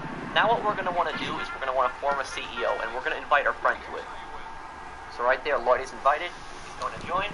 He's in the CEO, and we're going to spawn a buzzer. Now the first thing that you're going to want to do is go to VIP challenges and go to this one called point to point. Mark an area that's right outside the red circle and fly to it. Hit it, and when you hit it, you're going to get 10,500. Now what you're going to want to do is go to inventory cash, share cash from last job, and split with them. This will give both of you 50%. It's an easy $5,000 for less than a minute of work. On PC, you can't split the money, but you can do the same tactic. Just switch it up. Have one person go to the point, and then have another person take the full cut. That's the way to do it on PC. But on console, you get to split it. Right after that, you're going to want to do a headhunt. Start up a headhunter and do that. Now we're already at 33,950, just for like around 4 minutes of work. Okay, so right after that, we're going to want to go to our terabyte. Spawn the terabyte, go right inside. Hey guys, I'm so excited to tell you that I'm working on a music video for levitating, and I want you to be a part of it. Whether it's card. Once we're inside the terabyte, we're going to want to go to the touchscreen computer, and we're going to want to go to client jobs. This one is my favorite one, diamond shopping. Start up diamond shopping, and have your friend go to the diamond store in between. So as you're going to the terabyte, have your friend start going to the diamond store. Just don't have them wait. Just don't have them wait there before, because then you can't start the mission if your friends are too close to it. But you don't need to drive the terabyte there. You don't even need to use the drones. All you basically need to do is just go to the store, start shooting your way through, and you can just take the diamonds. You don't have to waste time on the drone. This will save a lot of time. I didn't know about this the first time when I did my solo $4 million a day guide, but I thank you guys for telling me about this strategy. So you don't really need to. You don't really need to use the drones. Don't do that. Don't drive the terabyte there. So in this case, we're just going to leave the buzzer there. We're going to let our friend get into it. He's going to get into it, and he's going to take off. In the meantime, what we're going to do while our friend is going up there, we already got $30,000. Now this is the part that's going to get a few people confused. You're going to want to have a scuba diving suit, and you're going to want to have that equipped. And some people are probably wondering, why do you have a scuba diving suit? How's that going to help? You're going to want to go to VIP challenges, and you're going to want to start this job called salvage. Fly over to this area right here. This area is where the best area for salvage is. Just don't fly too close, or else the salvage area will spawn in a different location. So once we get over to the salvage area, make sure you have your scuba diving suit equipped before you start salvage, because then you're not going to be able to switch outfits. So we go in here, and I'm speeding up this clip, but the scuba diving suit, you can breathe underwater forever, and you also swim a lot faster underwater. So each checkpoint that you pick up is an extra $50. So now we're at $200 per checkpoint, and up until $500. And when you collect all the checkpoints, you will have $20,000, and not only that, but you will also get a $17,000 bonus. So right there, we collected all the checkpoints, and we got $17,500. Now what you're going to want to do is go to cash. Now in this case, you're going to want to give your friend 100% of the cut. In point to point, we're splitting with members. The reason that you want to give 100% of the cut is because when you pick up all 50 checkpoints, you get around $20,000. Your friend doesn't get anything. Rockstar expects you to compete with one another in this challenge. But if one player picks up all the checkpoints with a scuba diving suit really quickly, then you can just split it with your friends, and you can both make a nice profit here. So in this case, when you get the $17,500 bonus, we're going to give our friend 100% of the cut because we already have $20,000. And on PC, I know that you can't split cash on PC. I was told that by a lot of people, and this goes for point to point as well. What you can still do this strategy on PC, just the only difference is you're going to want to let one person get the point to point, let them keep the full cut. One person get the full cut for salvage, because we're going to be doing these back to back. stack, and then you rotate, and then the next person takes the full cut for point to point and salvage. So you can still do this. You just gotta not split the cash one person at a time. You just switch around the jobs. But if you're playing on console, you can just split it and have the same person doing it over and over again. And this also goes for if you're not able to split any more cash. If the game tells you you're not able to split any more cash, have the other person start doing it and have them start splitting cash with you. Additionally, while you are picking up the checkpoints underwater, have your friend hover their helicopter right over the salvage area. The reason is because they'll get an extra $3,000.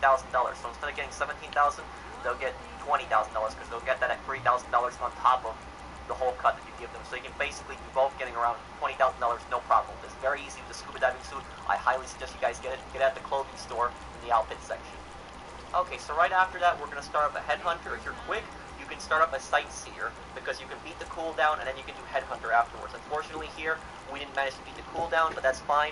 We did a headhunter, which is pretty simple. Always do headhunter in the city. Don't do it in the countryside because then it takes a lot longer. In the city, targets are a lot closer to each other, very easy to take out. So after that, we're going to want to go and start up a point-to-point again. Now, mark an area that's closest outside the red circle. Don't mark it too far, but just right outside the red circle, someplace that you can easily hit. Fly on over to it. We hit that, get 10,500. We're going to go to inventory cash, share cash with last job, split with members. So we're both basically getting around $5,000 for less than a minute's work. After that, we're going to want to go back to the terabyte. We're going to want to go to client jobs. This time we're going to want to do target data. When you spawn a terabyte, make sure you spawn it somewhere close to the Life Invader office because it's always going to be the Life Invader office in the same place. Just not too close, because if you spawn it too close, then it won't let you start the mission. So just a few blocks away, but not really, really close. Okay, so we get the drone in here, and only have one person go in the drone station. Your friend, what they're going to do in the meantime is they're going to be flying a buzzard or some kind of weaponized vehicle, some kind of air vehicle where they can get from point A to point B really fast. Because the second that you hack these two laptops, there's going to be one target spawning.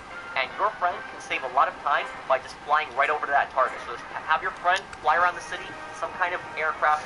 A buzzard works the best for this. And the second that you hack these two computers, your friend can just go right over there, take that target out, and you can save a lot of time. So right here, we're going to hack the second computer, we're going to hack the first one, and we're done with that. Okay, so now we get out of the drone station, and we're going to be going outside.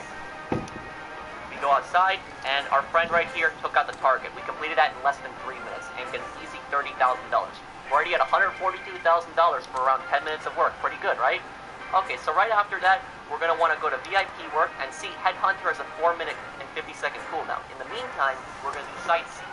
And Sightseer, when we finish that, we're going to have a Headhunter ready right away because the 5-minute cooldown will still be going while we're doing Sightseer. So we finish Sightseer, we pick up all 3 packages, get around 22,500, already at 164,000. Right after that, we're going to do Headhunter. Headhunter's ready. Headhunter and Sightseer are the 2 best VIP works to do back-to-back, in my opinion. We do Headhunter, we take out the target right here, get 20,500 at 185,000 already. Okay, so moving on right here, we're going to want to go right back to the terabyte, spawn the terabyte, and we're going to want to start up our next job called Robbery in Progress here. And Robbery in Progress, Diamond Shopping, and Targeted Data are the best ones. Don't do Data Sweep because Data Sweep you have to look for multiple vehicles. Targeted Data, Robbery in Progress, and Diamond Shopping always have you going to one specific location. So right here, we're going to be looking for a random bank that's being robbed. We found it to be the Sandy Shores Bank. I found it as almost always the Sandy Shores Bank or the Vespucci Beach Bank. In this case, it's the Sandy Shores Bank. So our friend is going to rush on over there, and you can use the buzzard for a lot of these missions. The buzzard's very helpful for this. You can use it to clear out the cops and the bank robber. I was pretty close to this location, so I picked up my friend, and I drove him to the drop-off. We get around $30,000. We're already at $215,000. So right after that, we're going to want to do another point-to-point. Point-to-point cooldown is 10 minutes, as in the Headhunter and Sightseer also has a 10-minute cooldown. The client jobs, they have a 30-minute cooldown. So we're going to hit split with the members right there. We get around $5,000. And after that, what we're going to want to do is we're going to want to do a Sightseer. Ready? Start that up. Take up packages here. Get that around $242,000. Nice. Okay, now we're going to want to go right back to the terabyte after that, and this is around 30 minutes of playing right now, so Diamond Shopping is ready again. We're going to want to spawn Diamond Shopping. Remember, it has a 30-minute cooldown. Have your friends start going to the diamond store, take the diamonds, start shooting their way in. You don't need to use the drones. They went in, you get $30,000. Right after that, start up a salvage, head over to the area. And in this case, I made a big mistake. I was too close to the salvage location. That location of the docks is the best one, but if you're too close to it, it won't spawn right there. Make sure that you're close, but not extremely close to it. I had to go all the way over here, but still basically the same process. The drops here are a little farther, so it takes a little more time, But I pick up all 50 checkpoints. Look at that. Get around $20,000 from picking up all the checkpoints. Get $17,000 bonus. We're going to give that right to our friend 100%. He's hovering over the area. He's going to get an extra $3,000. We're both around $20,000 even. And make sure your friend also picks you up with a buzzard, because sometimes when you're doing salvage, you're going to be swimming and you're going to be coming up on a dock and you don't really have transportation. So right after that, we're going to do a headhunter. Headhunter's ready. Take out the target. Target taken out. 20,500. Nice. We are already up to $315,000 for 40 minutes of work. Not bad, right guys? So right after that, same drill again. We're going to be starting up a point-to-point, going to that location, hitting the checkpoint here. 10,500, split it with our friend.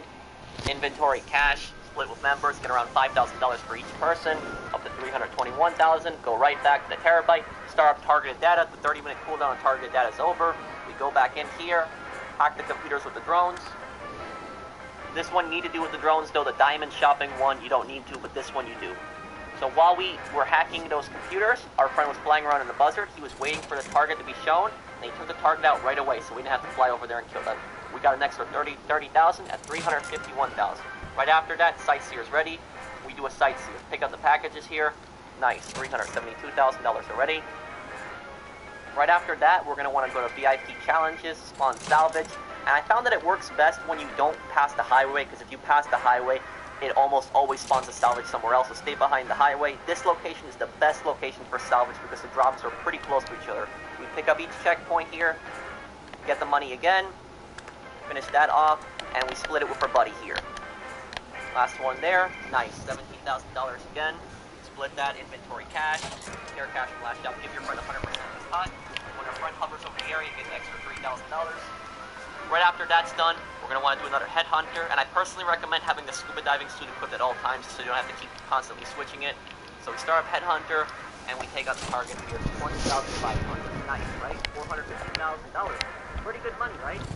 So moving on right here, we're almost through the whole hour. Start up another point-to-point, get on over to the checkpoint, hit that, put inventory cash, split with members, $420,000. After that, go right back to our terabyte for one last time. We start up robbery in progress, a 30-minute cooldown. That is over. We find which bank is being hit. In this case, it's the Vespucci Beach, the other bank. It's usually the Sandy Shores Bank and the Vespucci Beach Bank. I don't think other banks can be hit because I've only seen Vespucci and Sandy Shores being hit. So we tell your friend on the mic ahead of time if you're in a party that specific bank is being hit, just so they can get there pretty quickly. But I picked my friend up with a buzzer right here, get out of the area, remove one level of Lester, deliver the package, easy $30,000 made. Okay, so right after that, what we're going to want to do is we're going to want to go back to VIP work, and we're going to want to start up Sightseer. Sightseer's ready, Headhunter is still on a cooldown, and remember, you can beat the cooldowns, because when you finish Headhunter, there's a 10-minute cooldown. In between, as you do those challenges, and you do other VIP works, that cooldown is still processing for Headhunter, so you can do Sightseer Headhunter back to back. If you put a challenge in there to salvage the point-to-point and the client jobs in between. So that's pretty much it right there, guys. We've hit $474,000, and your associate, your friend, they are going to be making more money than you actually, because they're going to be getting $10,000 every 15 minutes if you have CEO pay the highest. If you have it the lowest, they'll be getting $5,000 every 15 minutes, but it's still an addition. It's a nice addition.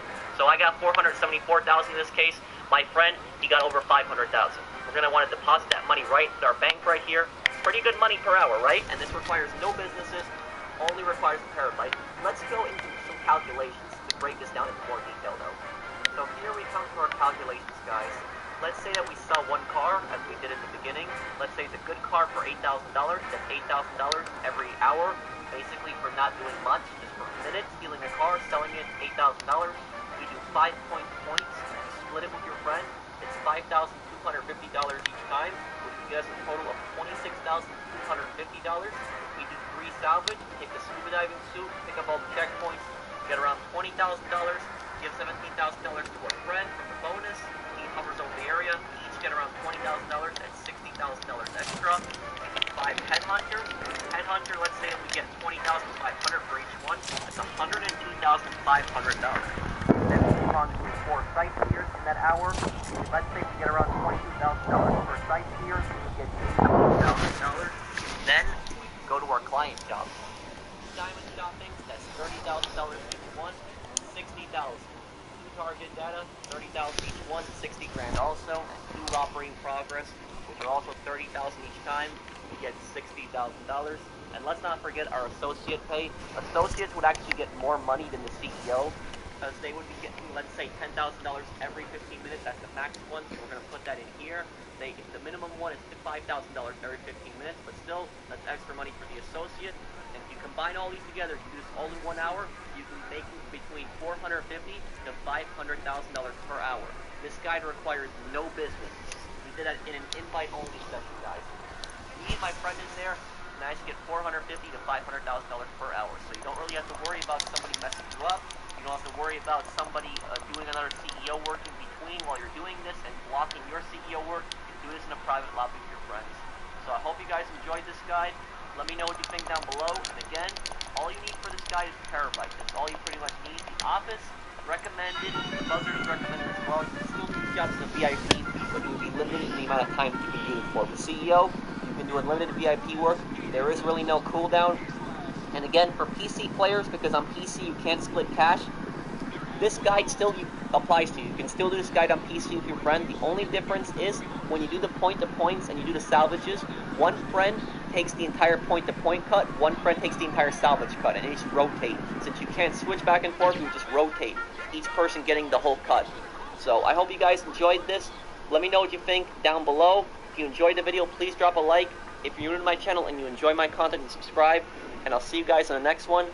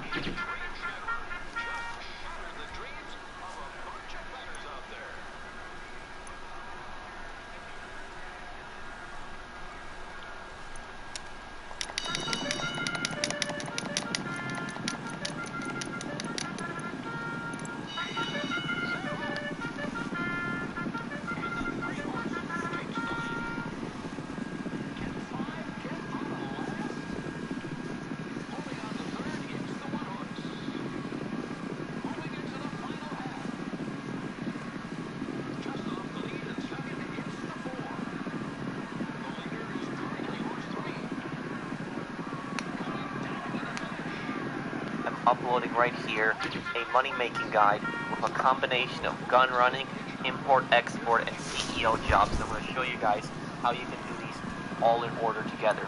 So what you're going to want to make sure you buy full supplies the second you go online for your bunker and have it upgraded. It's going to take 7 full batches of supplies in order to produce. And while this is producing, you're going to be doing other things.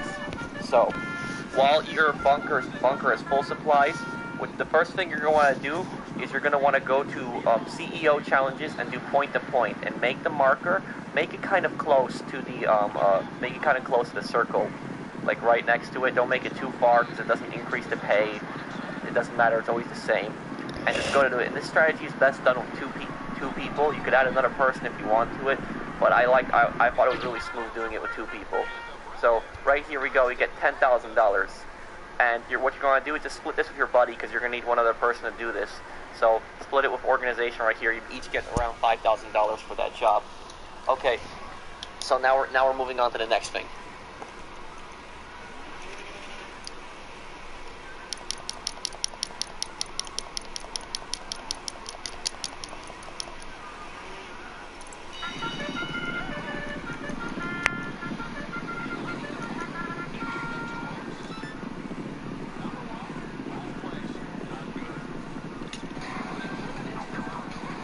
Okay, so right here we finished sites here, and look at how much money we're already up to.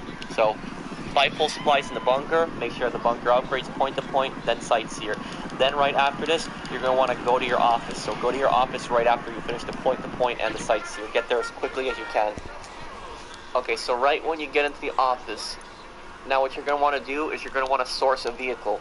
Now I don't really care what vehicle it is, if it's the low end, if it's the medium end, or if it's the high end. I don't care because I can't afford to waste time and blow up a car because I'm doing this with a friend also, and my friend doesn't want his time wasted. He wants to make money. So whatever the car is, just go and get the car, whether it's a low end car, medium car, or a top range car. Doesn't matter what kind of car it is, just go and get it. And if you have a cargo bob, here's a little tip, you can just get that cargo bob right here. It only costs $200, and you can fly it out. In certain situations, the cargo bob is going to be faster than driving the car. In certain situations, the car will be faster than the cargo bob. But I always like to take the cargo bob just in case. So let me get over to the car right now.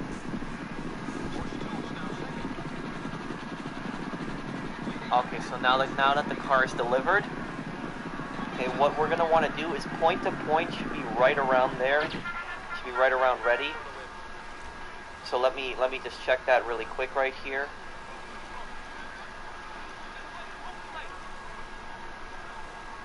Okay, so point to point is ready. Mark it like right outside the circle again, and just get there as quickly as you can. Okay, so here we go. We hit it. Another 10 grand, but we're gonna split it with our friend right here, so it's even. So we got a $5,000 for that small little activity really quickly. Okay, so what you're gonna want to do now is you're gonna want to wait like a few seconds until the job refreshes, because you can't do CEO jobs for like a few seconds right after you do a challenge in the job. And what you're going to want to do now is you're going to want to start the job called polish, the one I like to do. So start up polish, and then if you have a phantom wedge, this is going to make this job so much easier now, so much easier. If you have a personal vehicle, make sure you ditch it before you get near the trailer, and then just spawn your phantom wedge, and you can just literally plow through traffic, and it's so much faster, 2 times more faster than the regular truck. And I would recommend your friend do this on this one. If you are the CEO, don't do this one. Have your friend do this one. You're going to see in a second why. I want to speak to your manager. You want to talk to the manager? Well, guess what? I'm the manager. What? This is ridiculous. Dude, get out of here. What does this lady want? Either you give me $1 million refund, or I'm calling the cops. Enough, Karen. Enough! Okay, so he delivered the truck, and let's get paid right here now. And what you're going to want to do is make sure you use a stopwatch, and every 48 minutes you are going to want to sell a car. Make sure you sell a nice car, because you can sell a car only every 48 minutes. and make sure you got your paint and spray when like a job is ending, and you can just drive in and just sell it. In case this car right here, this model, this sedan, this one is worth $8,000, I believe, and it's one of the more expensive cars that you can take. So make sure you just have a stopwatch on you ready every 48 minutes. Make sure you sell a car, and we're not just going to use a stopwatch just to sell cars. We're going to use it for one other thing. I'm going to explain a little bit later. Okay, so let's sell the car right now, and we should be getting around $8,000. Okay, now let's start up a quick sightseer again. That should be refreshed. Yes, it is. Okay, let's do a sightseer.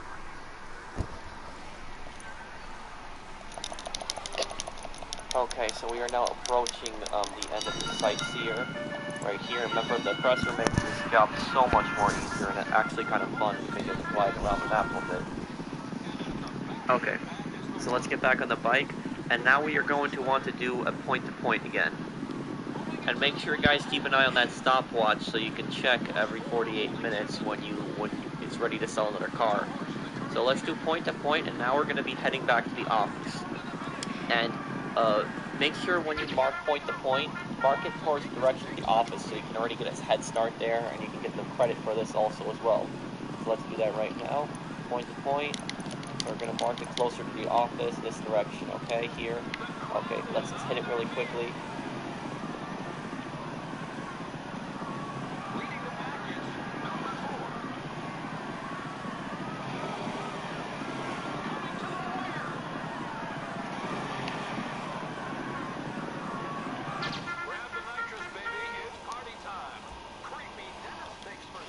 There we go, okay. And again, to split this with your friend, $5,000 again. Okay, now let's head back to the office.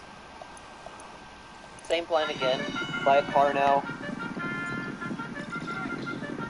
We're gonna go in regardless of what kind of car it is. We're gonna get it really quick because we don't want to waste time. And also make sure you check for collections. Okay, so let's get this car, and again we can spawn a quick cargo bob right here and just leave through that.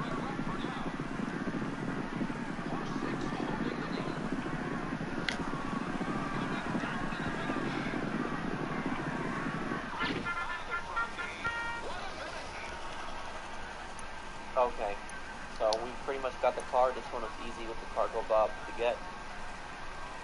And we just drop it right in here, and there's a little cutscene for that.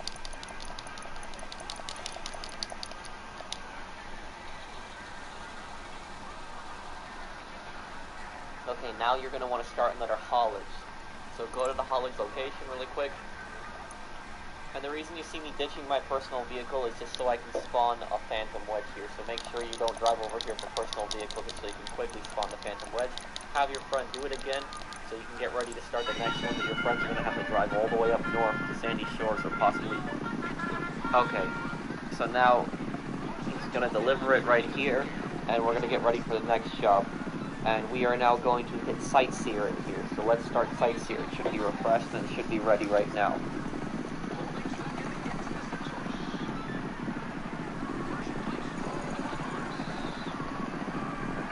Now we're going to be picking up the package, and we're making a pretty decent amount of money.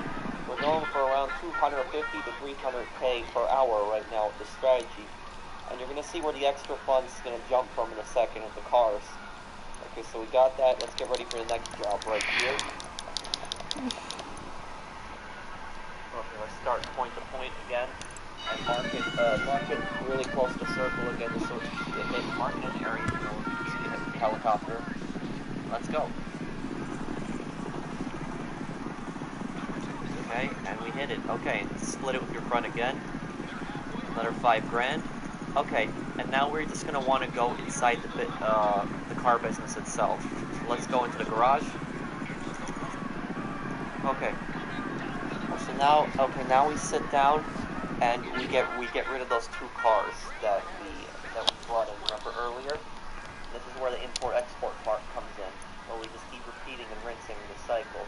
And make sure check if the cars are part of a collection. If the cars are part of a collection, do not sell them unless you get the collection itself and rework it in the end. If the car is part of the collection, then just go back to doing the jobs and then just go get in their car in between. But in this case, they were not part of the collection, so I'm just gonna find the 2 cars right here. We're gonna sell them, and if you have more people in your CEO, you could be grinding with these cars. You could be grinding with 4 cars in between these jobs. And there's a 30-minute cooldown on these. I believe 45-minute cooldown when you sell this. So make sure that in between you are going to be doing a lot of jobs. But make sure you keep your stopwatch on and take a look at when these businesses are ready. When this car business is ready to source another vehicle, because I believe sourcing another vehicle also resets the timer. Correct me if I'm wrong on that. You're going to want to choose the expensive sale, just upgrade the cars, and then just take them to the drop-off really quick. Okay, so right here now we are delivering the 2 cars, and this should get me an extra 100 grand. I had to pay 20 grand to sell these, so 80 grand profit in here. And this profit is going straight to my bank account. You guys aren't going to see it with cash, so it's going straight to my bank account, but it's there. Plus 80 grand, and plus the 20 grand that we invested, we got back. So, okay, so now we are going to start a haulage. Okay, and we're just going back to the cycle that we were going for before. And right here, the trailer is delivered. And we're just going to get ready for the next job. And we are going to do a point-to-point really quickly. Okay, so Sightseer is already refreshed. We don't even have to wait for it. Let's go do it. Let's go get it.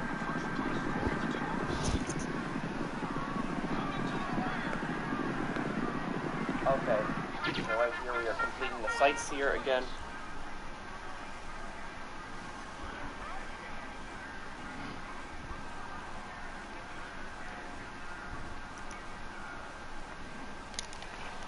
And okay, we're definitely making between 250 and 300k per hour with the strategy. Okay, let's move on now. Again, make sure you check your stopwatch every 48 minutes so that you can sell a car. I have another car here. It's in the mirror too. My thing is going to be ready. So make sure you check. Okay, so now let's skip to the gun business. And you are going to want to keep your stopwatch on you for another task also. At around 2 hours and 20 minutes exactly, I believe, that is when a full batch of supplies will be created. Because a full batch of supplies will create up to 140 grand in guns, and it creates $7,000 worth of product every 7 minutes if you have all the upgrades. So check back in 2 hours and 20 minutes and just buy another batch of full supplies. And you're going to want to do this 5 times, so you're going to want to buy supplies 5. The profit that you're going to make at the end is going to be worth it, so don't worry about the buying supplies killing with your profit. So as you guys can see right here, I'm selling in a full lobby, a huge lobby right here. There's around 30 players in here right now. And the guns are going to be unloaded, and I'm going to be making a 1% bonus, $10,000 per extra player. So remember, I was supposed to get $1,050,000. I just got $1,300,000. So you see, with this strategy, you can definitely grind 250 to 300k per hour, like I was doing. $50,000. And the guns are going to be unloaded, and I'm going to be making a 1% bonus, $10,000 per extra player. So remember, I was supposed to get $1,050,000.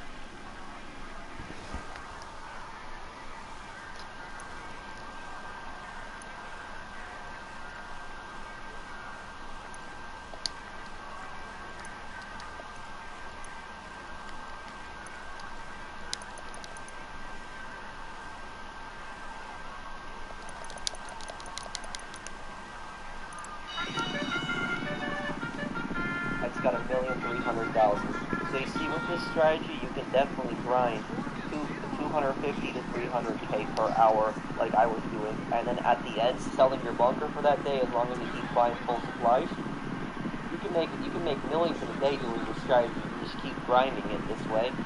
Let's do a little calculation right now to see how much we would get if we grinded for 11 hours.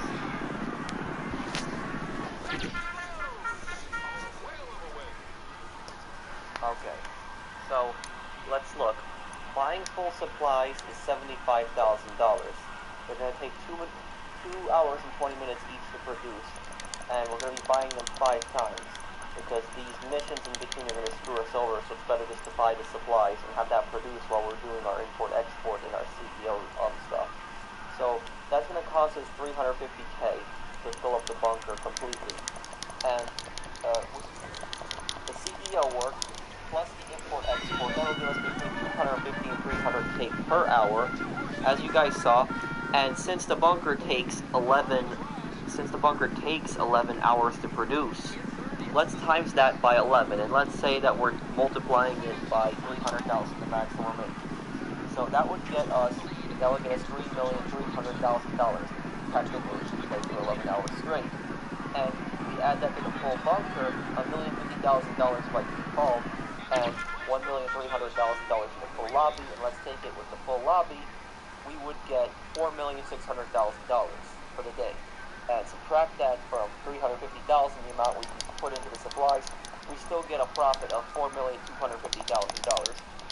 So this is another great strategy that you guys can make money. While I personally, I think that the best way to make a ton of money would be to fill up all of the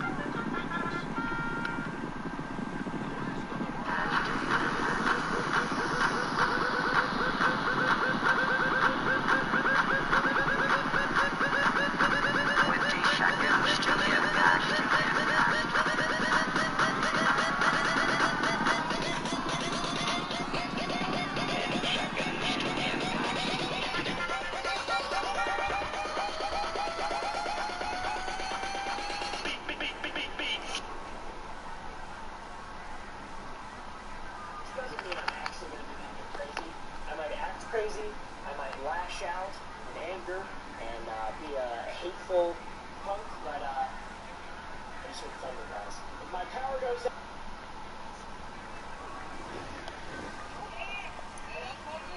Yeah, Beto, papi. Beto.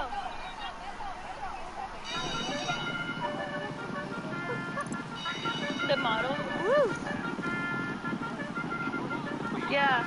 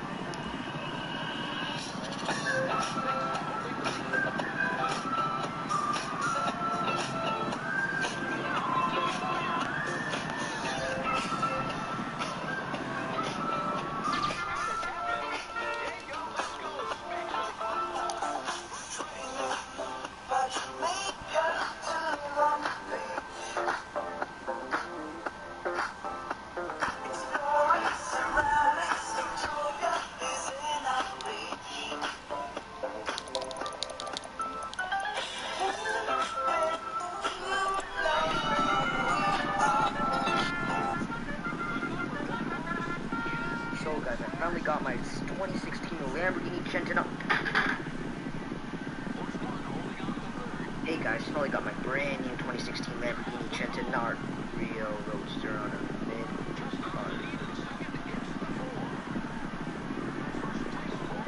Hey guys, finally got this Lamborghini Centenario Roadster. Finally, I'm gonna do this custom. So we're gonna open this one up. I really want to do the custom, so it's my only carded one, and we're gonna take it open. There you go. Finally get to do a custom on this car. Wait a minute. Fudge. So guys, I finally got my 2016 Lamborghini Centenario. Hey guys, finally got my brand new 2016 Lamborghini Centenario Roadster on a mid-card. Hey guys, finally got this Lamborghini Centenario Roadster. Finally, I'm gonna do this custom. So we're gonna open this one up. I really want to do the custom, so it's my only carded one, and we're gonna take it open. There you go. Finally, let's do a custom on this car. Wait a minute. Fudge. Yeah, who is this? Jay Get the Guapo, okay? I'm not mad. I just want to know why they remake a 7-year-old kid. Why they do that? Now quit bitching and crying about that shit, alright? The next thing will be out soon enough. Enjoy what you have, alright? Enjoy what you have. A lot of people are going to be having the PS5. They're going to want the game, and that's why they do it. Understand? Enough. Jesus.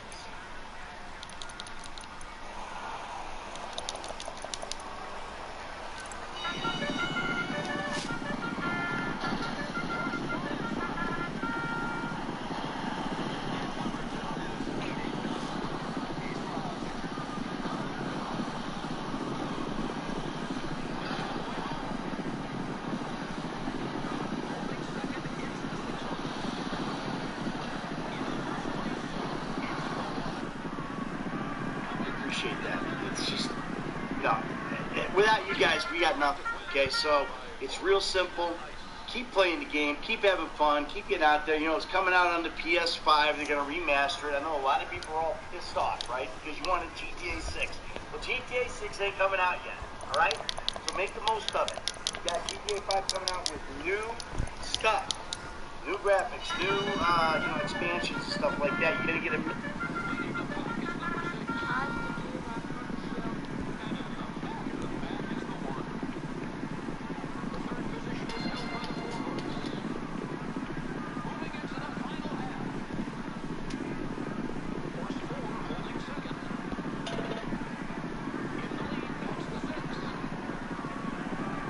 fill up all of the biker businesses.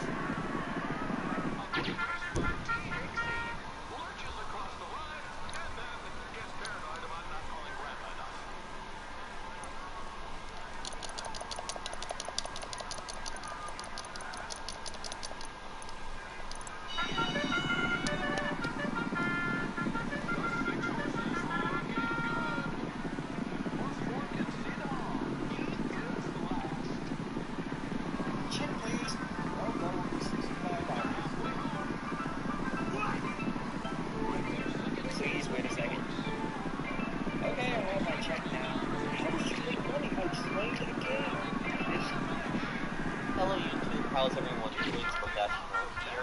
Today I have another top 5 video for you guys on GTA Online, and I was thinking of ones to do, and I remember a lot of people were asking me to, make a video talking about, what are the biggest wastes of money. And to tell you the truth, there is not one thing in GTA Online that I regret buying, because every single thing that I bought in this game, even when I know it was a terrible, terrible choice, I did not regret buying it because I wanted to make videos to show you guys why it was a waste of money. I knew some things were a big waste of money, but I still bought them because I wanted to show you guys they are a waste of money. So here are the top 5 things that I purchased that are the biggest waste of money in my opinion. Biggest waste of money. You don't need to spend money on any of this stuff. It's absolutely pointless. It could have been spent completely elsewhere. So I hope you guys enjoy top 5 biggest waste of money. Starting off at number 5, we have the heist practice equipment, which cost $1,455,000 for all 3 of them. Now the casino model, that cost $130,000. The hacking equipment 425,000, the vault door 900,000, totaling to 1,455,000. This is a big waste of money, and it's the most recent one on this list. Now, what is so bad about the heist practice equipment? What's so bad about it is it's just a complete waste of money. You don't need any of this stuff, and I'll show you guys. Let's start off with the casino model right here. Now, the casino model with the blue pawns, that basically shows you the access points. So it shows you the location of all the access points, but you don't need the casino model for that because the access points, you only really do them once. Also the points of entry, you only do that one time. Just one time, you don't ever have to do it again. I made a guide on showing all the access points and the points of entry. I'll link that at the end of this video. Check that out. You don't need the casino model for that. It's a waste of $130,000. Now, we'll move on to the vault door. The vault door, which is the most expensive one here, $900,000. There's two different types of drill. Now, there's the drilling in the silent and sneaky one with the laser drill. That one is the easiest one by far, but the one with the big con, most people are going to be doing the Group A approach with the armored truck, so they're not really going to be drilling, but if you do the other one, Young Ancestors, Bugsters, Maintenance, etc., you will be drilling. But the drilling, it's not that difficult. The first few times that I did it, I kind of messed up. I also messed up on streams because I just wasn't used to drilling on the big con because I always did the Group A approach. But, eventually playing through it, I got the hang of it. I didn't need to even practice in here. Got the hang of it, it was fine. And when you're at the vault, there's nothing really rushing you. There's not a team of enemies behind you. So you can just drill the vault, you can take your time with it. Your teammates might be a little pissed off if you're taking pretty long when drilling, but you don't really need this drill. You don't really need this door here to practice, because if you do the heist enough, you're going to get pretty good at it. So, drilling, not that big of a deal. Now, the last thing here, the hacking equipment. The hacking equipment is the only one that might seem kind of worth it, but I still don't think that it's worth it. The reason I don't think it's worth it is because the fingerprint scanner, that one is the easiest hack. The first few times I did it, it seemed a little complicated, but I got used to it. And now I memorized every single, picture. So whenever I see the print, I know which ones to hit. I've gotten pretty good at it. I don't need this thing. I don't need to practice on that. Also, the second one, the keypad block.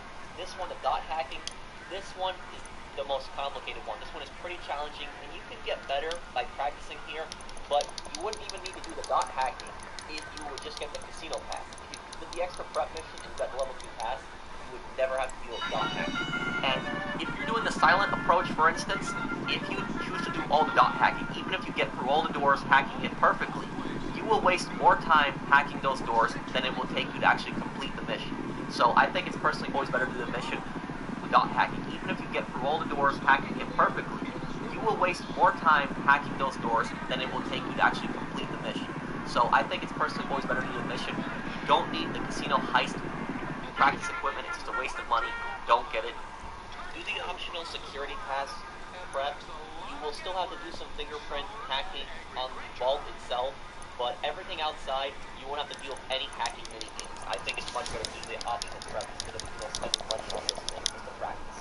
Next at number 4, we have the P996 lasers, which cost $6.5 million. Now I know I'm going to have some people that are going to tell me, but the laser is a good jet. I'm not disputing that. What I am disputing is the price here. And I think that this thing, buying it, is a big waste of money. The reason that I think so is because you can always get one from Fort Zancudo, no problem. Especially if you have a hangar in Fort Zancudo, you can get these for free anytime you want. You have to go to Fort Zancudo, sure, but you get them for free, and there's no difference between the same jet you buy. When you buy this thing, the only thing that you can do to it different is you can change the color. You can also make it a personal vehicle, which you can spawn it at certain different locations alongside Pegasus, but it's just not worth the $6.5 million price tag. For a jet that's been in the game since the very start, this thing has been in the game since the very start. Why should somebody purchase this thing when they can just purchase a Hydra? And the Hydra also has hover mode. I understand that the laser, it does have a little bit better agility when dogfighting in comparison to the Hydra, but still, both of them have explosive cannons. It's just not worth the $6.5 million price tag. It's a great jet, really good for missions, very fast and agile jet. The explosive cannons make jobs like Headhunter, like right here, very easy. But it's not worth $6.5 million when all you can do is change the paint. You can't even put countermeasures on this thing. You can't even put flares of chaff. At least let us do this. If you're going to be charging $6.5 million for a jet that's been in the game since launch. Yo, what's up, guys? I'm in game, Stairway to Heaven. Basically, trying to walk up to the pearly gates, trying to get up to heaven. Guess what? On your way, there's a At number 3, we have research. And research, there is 51 research items. And if you were to fast track each one, that is $225,000 for each one. You multiply that by 51, that is $11,475,000. Now this amount might be different for each person. For instance, my amount is somewhere around $10 million that I spent on research, somewhere around there, because I remember I did like 5 or 6 research items where I just got supplies and I did it for free. The other ones after that, I just fast-tracked everything because I was so impatient, I didn't feel like waiting, I just paid for all of it. Chances are, you would probably also fast-track research. I haven't really talked to one person who did all of the research by getting supplies. The reason people fast-track research is because it just takes so long to research everything. Because you have to do the resupply mission, you gotta get the supplies back to your bunker, then you gotta wait until the thing finishes researching it, and this can take some time. Then you gotta do another resupply mission, and you gotta keep doing this for each one. And with research, you can get the item that you like at the beginning, or you can get the item that you like all the way at the end. It's random, so you don't know what you're gonna get. And on top of that, they waste your time with a lot of useless things like libraries, paint skins. I've said this before, but why do you need, a team of scientists in order to, research paint? A simple mechanic can do that. So, the research system was just a giant waste. What they could have done instead is they could have done it where if you research the item, you get the item for free, because then they hold it for ransom, and you gotta pay for it again. This makes sense.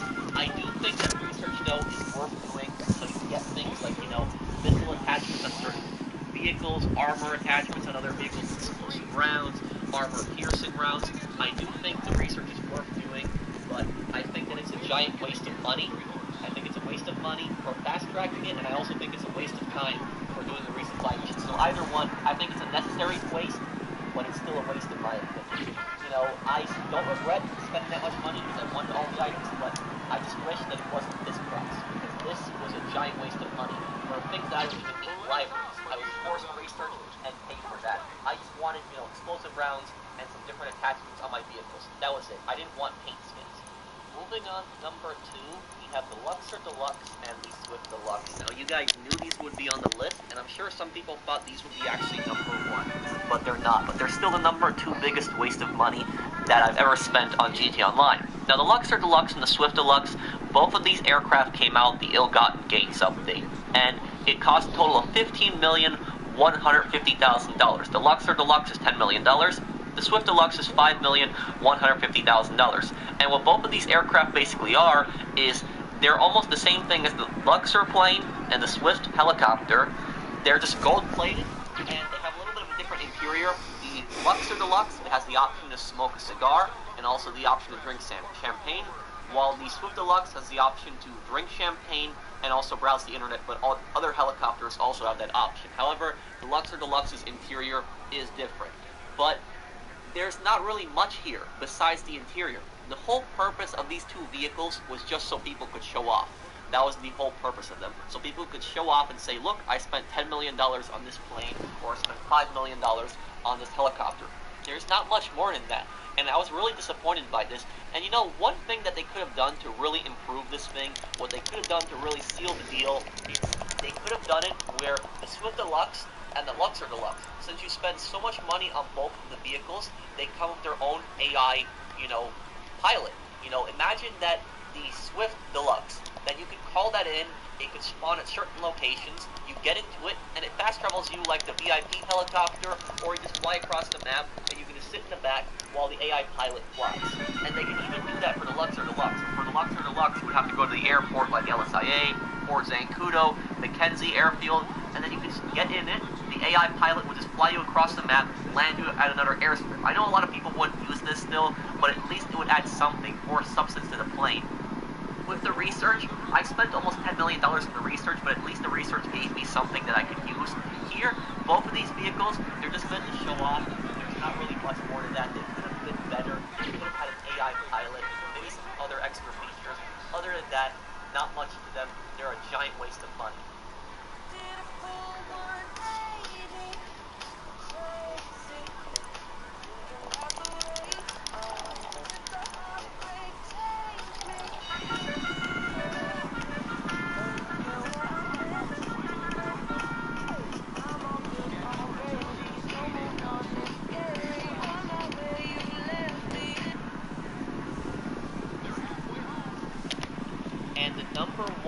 biggest waste of money that I've ever spent in GTA Online is the Arena Wars update. 30 plus million. That's right, 30 plus million. Now I know what some people are thinking. They're thinking, are you stupid? You spent over $30 million on the Arena Wars? I'd probably spend even more than that. Probably much more. That's just a rough estimate that I'm giving. Somewhere around there, much more than that. I have bought every single Arena Wars vehicle. I fully upgraded it, bought the workshop, bought a bunch of clothes too, and, you know, that's probably much more than 30 million, but that's just my rough estimate. Now, the reason that I consider this a giant waste of money is because Arena Wars was the most overpriced update that I've ever seen on GTA Online. Everything was so overpriced. The vehicle prices were really, really expensive, and on top of that, the upgrades were really expensive as well. There were some upgrades that were going $400,000, $500,000, $200,000. So even if you bought the vehicle for a decent price, you got the trade price on it, you were still going to be... How's everyone doing? Here today. I wanted to make another top 5 video for you guys, and this one is a fan requested video. A few people asked for this one, which is top 5 vehicles most people don't use anymore. If you guys ever have a top 5 video you want me to make, just let me know down below. I'm always open to suggestions. Now this is different than underrated vehicles because I also had a top 5 underrated vehicles list. The difference is underrated means the vehicle was great, just people never really use it in mass, and they never really use it in great numbers. These vehicles, they can be good or bad. They are ones that people once used in great numbers but stopped using.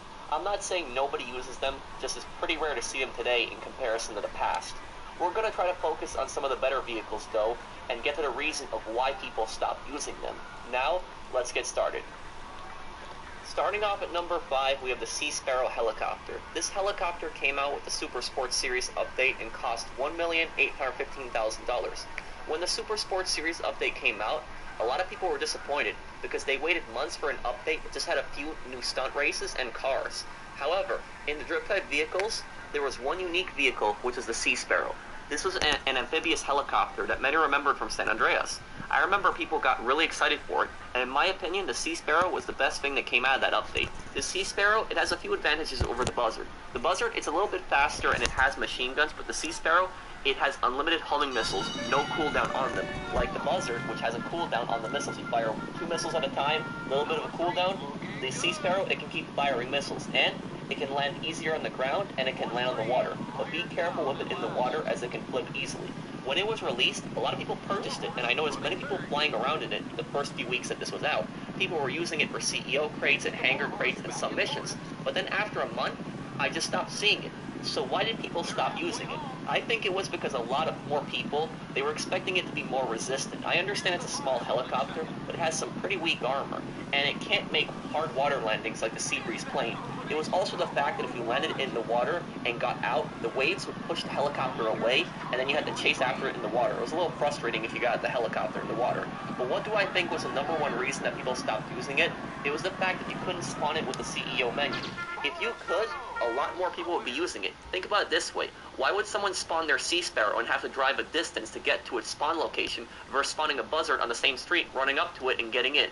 It's a shame, as the Sea Sparrow did have potential. It should be a CEO spawnable vehicle if you own it. I guarantee if it was, a lot more people will be using it then. Shirley? Wow, Jennifer Lopez! Did you just attack my village? My village on Coinmaster? Wow, I guess I did. Cool. Did you come all the way over here just because I attacked your village? I also came for this. Coinmaster, available on the App Store and Google Play. At number 4, we have the infamous Zentorno supercar. You can't have a video of vehicles people stopped using without having the Zentorno. The Zentorno was added on May 12, 2014 as part of the High Life update, making it the oldest vehicle on this list as well. The Zentorno cost $725,000, making it a pretty cheap supercar. But again, remember, this is when it was much harder to make money. There wasn't many supercars out there when this was released. Almost everyone went and bought one when it came out. I saw full 30-player lobbies of almost everyone driving around in these things. What made the Zentorno so popular was its speed and the fact that you could not be shot out the back. Remember, this is before the armored Kuruma. The fact that you couldn't be shot out the back made this vehicle a must-have back then. This is also one of the biggest griefing vehicles. People would often back up because they can't be shot out and sticky bomb people. You can see my friend here doing this strategy. Back then, this was pretty annoying when you got rushed by a Zentorno and somebody sticky bombed you. A lot of us thought this was really overpowered. If only we knew what would be added in the next few years, we would much rather be griefed by Zentornos than other vehicles. So what caused people to stop using the Zentorno? What was the main reason? I think it was a combination of factors, mainly new supercars coming out over the next few years, and the fact that the Armored Kuruma was brought into the game.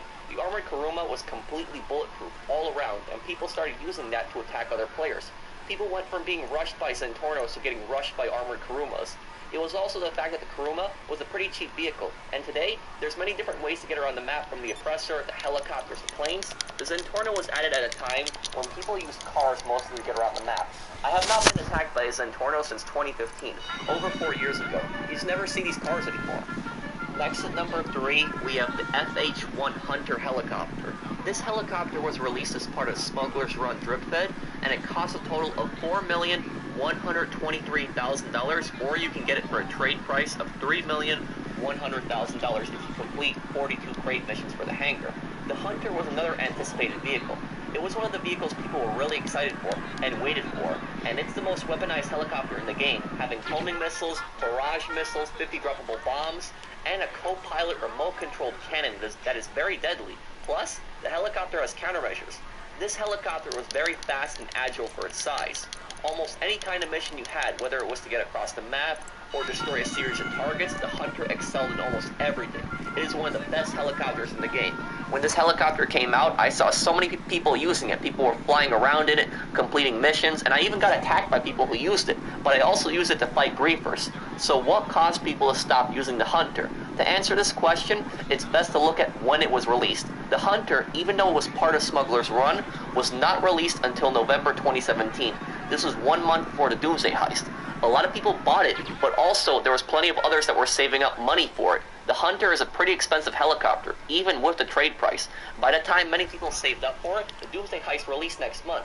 That added plenty of new vehicles, and the Akula stealth helicopter, which was much cheaper and had a new stealth ability. Plus, it carried 4 people. People preferred investing their money in the Doomsday Heist and buying all the new stuff versus buying the Hunter. Today, I see plenty of Akulas flying around, but barely any Hunters. If the Hunter was released at a different time, I think more people would be using it today. After the Akula, not many people bothered buying the Hunter. Welcome to Atlanta, Georgia. We're here for the Tour Championship. JT, what's happening? You ready? What's up, Q? What's up, fellas? We got 4? Hey, kids, guess who? Every time with this guy. Oh, boy. Let's make this interesting. Look what I found at the thrift store. That doesn't belong to you. The one that got away. I got this jacket, and I got this game, too. You think you can beat me at PGA Tour 2K21? Let's take it to the course, Pop. It's a pretty hot start here at Eastlake. You're about to be schooled, Q. I'm gonna get wet, I think. Q, this is where the real pros make their money. And I make money all day. What I tell you. Damn! I'm the Miz, and I'm awesome! Let's go! Oh, yeah! Got it! Yeah! This isn't real golf! You like that?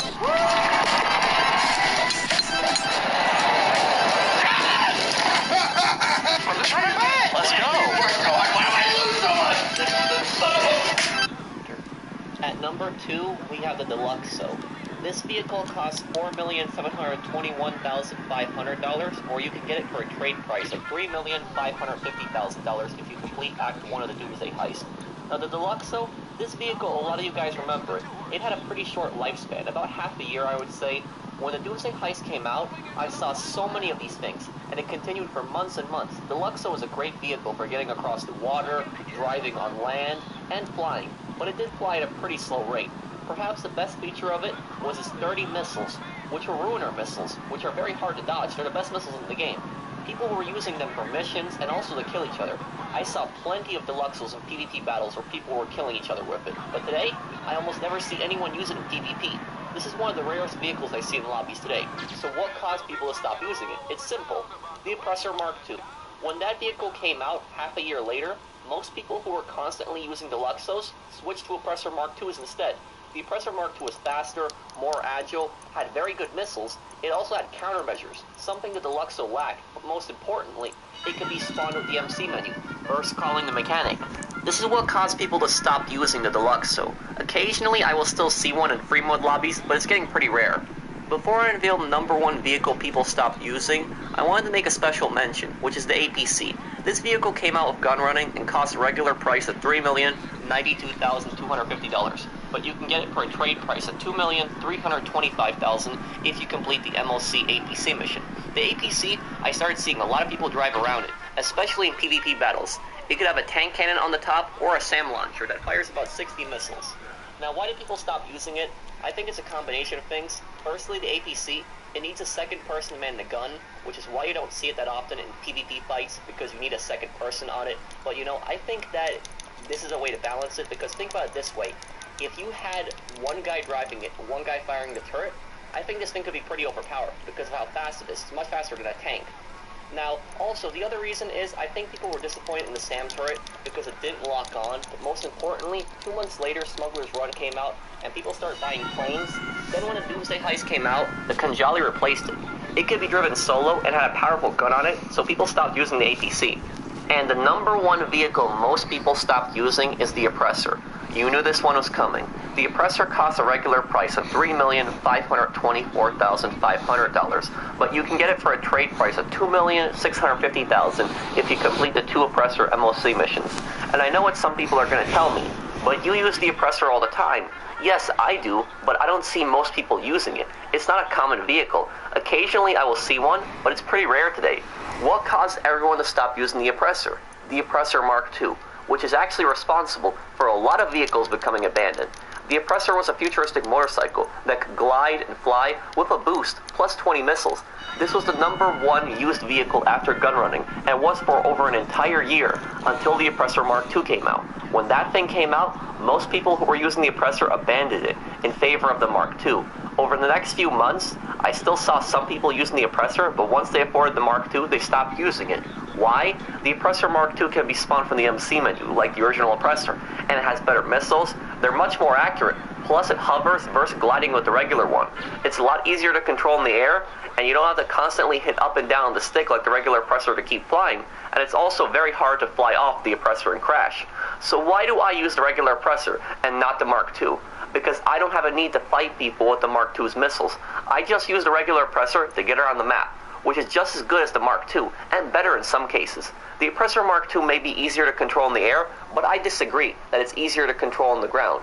It hovers versus the regular Oppressor, which is a motorcycle. It has 2 wheels. It's easier to control on the ground. Its handling is better on the ground, and when you boost this thing on the highway, you can get to your destination faster than the Mark II.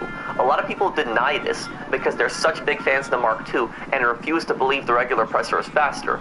On the ground it is. I have tested it several times. If you don't believe me, look at this. My friend was doing a race with me. He has the Mark II. I let him get a 3-second head start, plenty of time to start going, and I was able to easily catch up to him and pass him.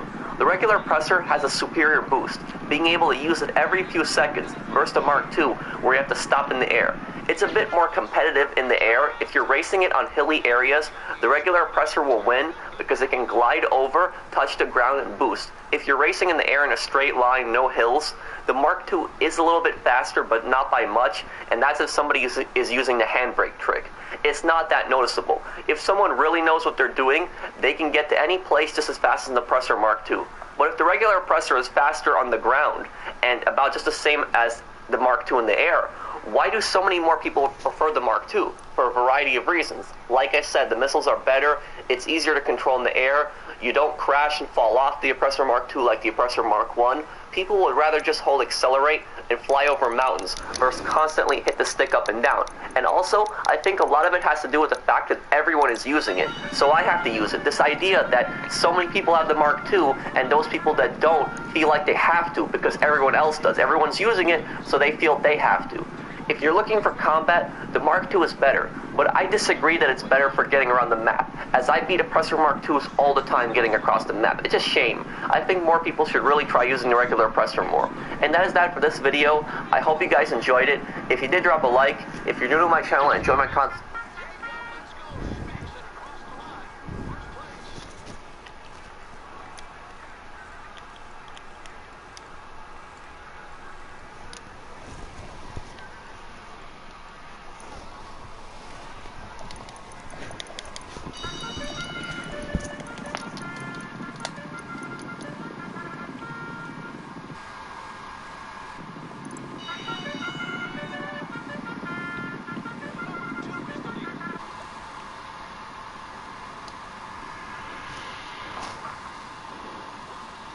Sorry, you don't need to see this. So bye, guys.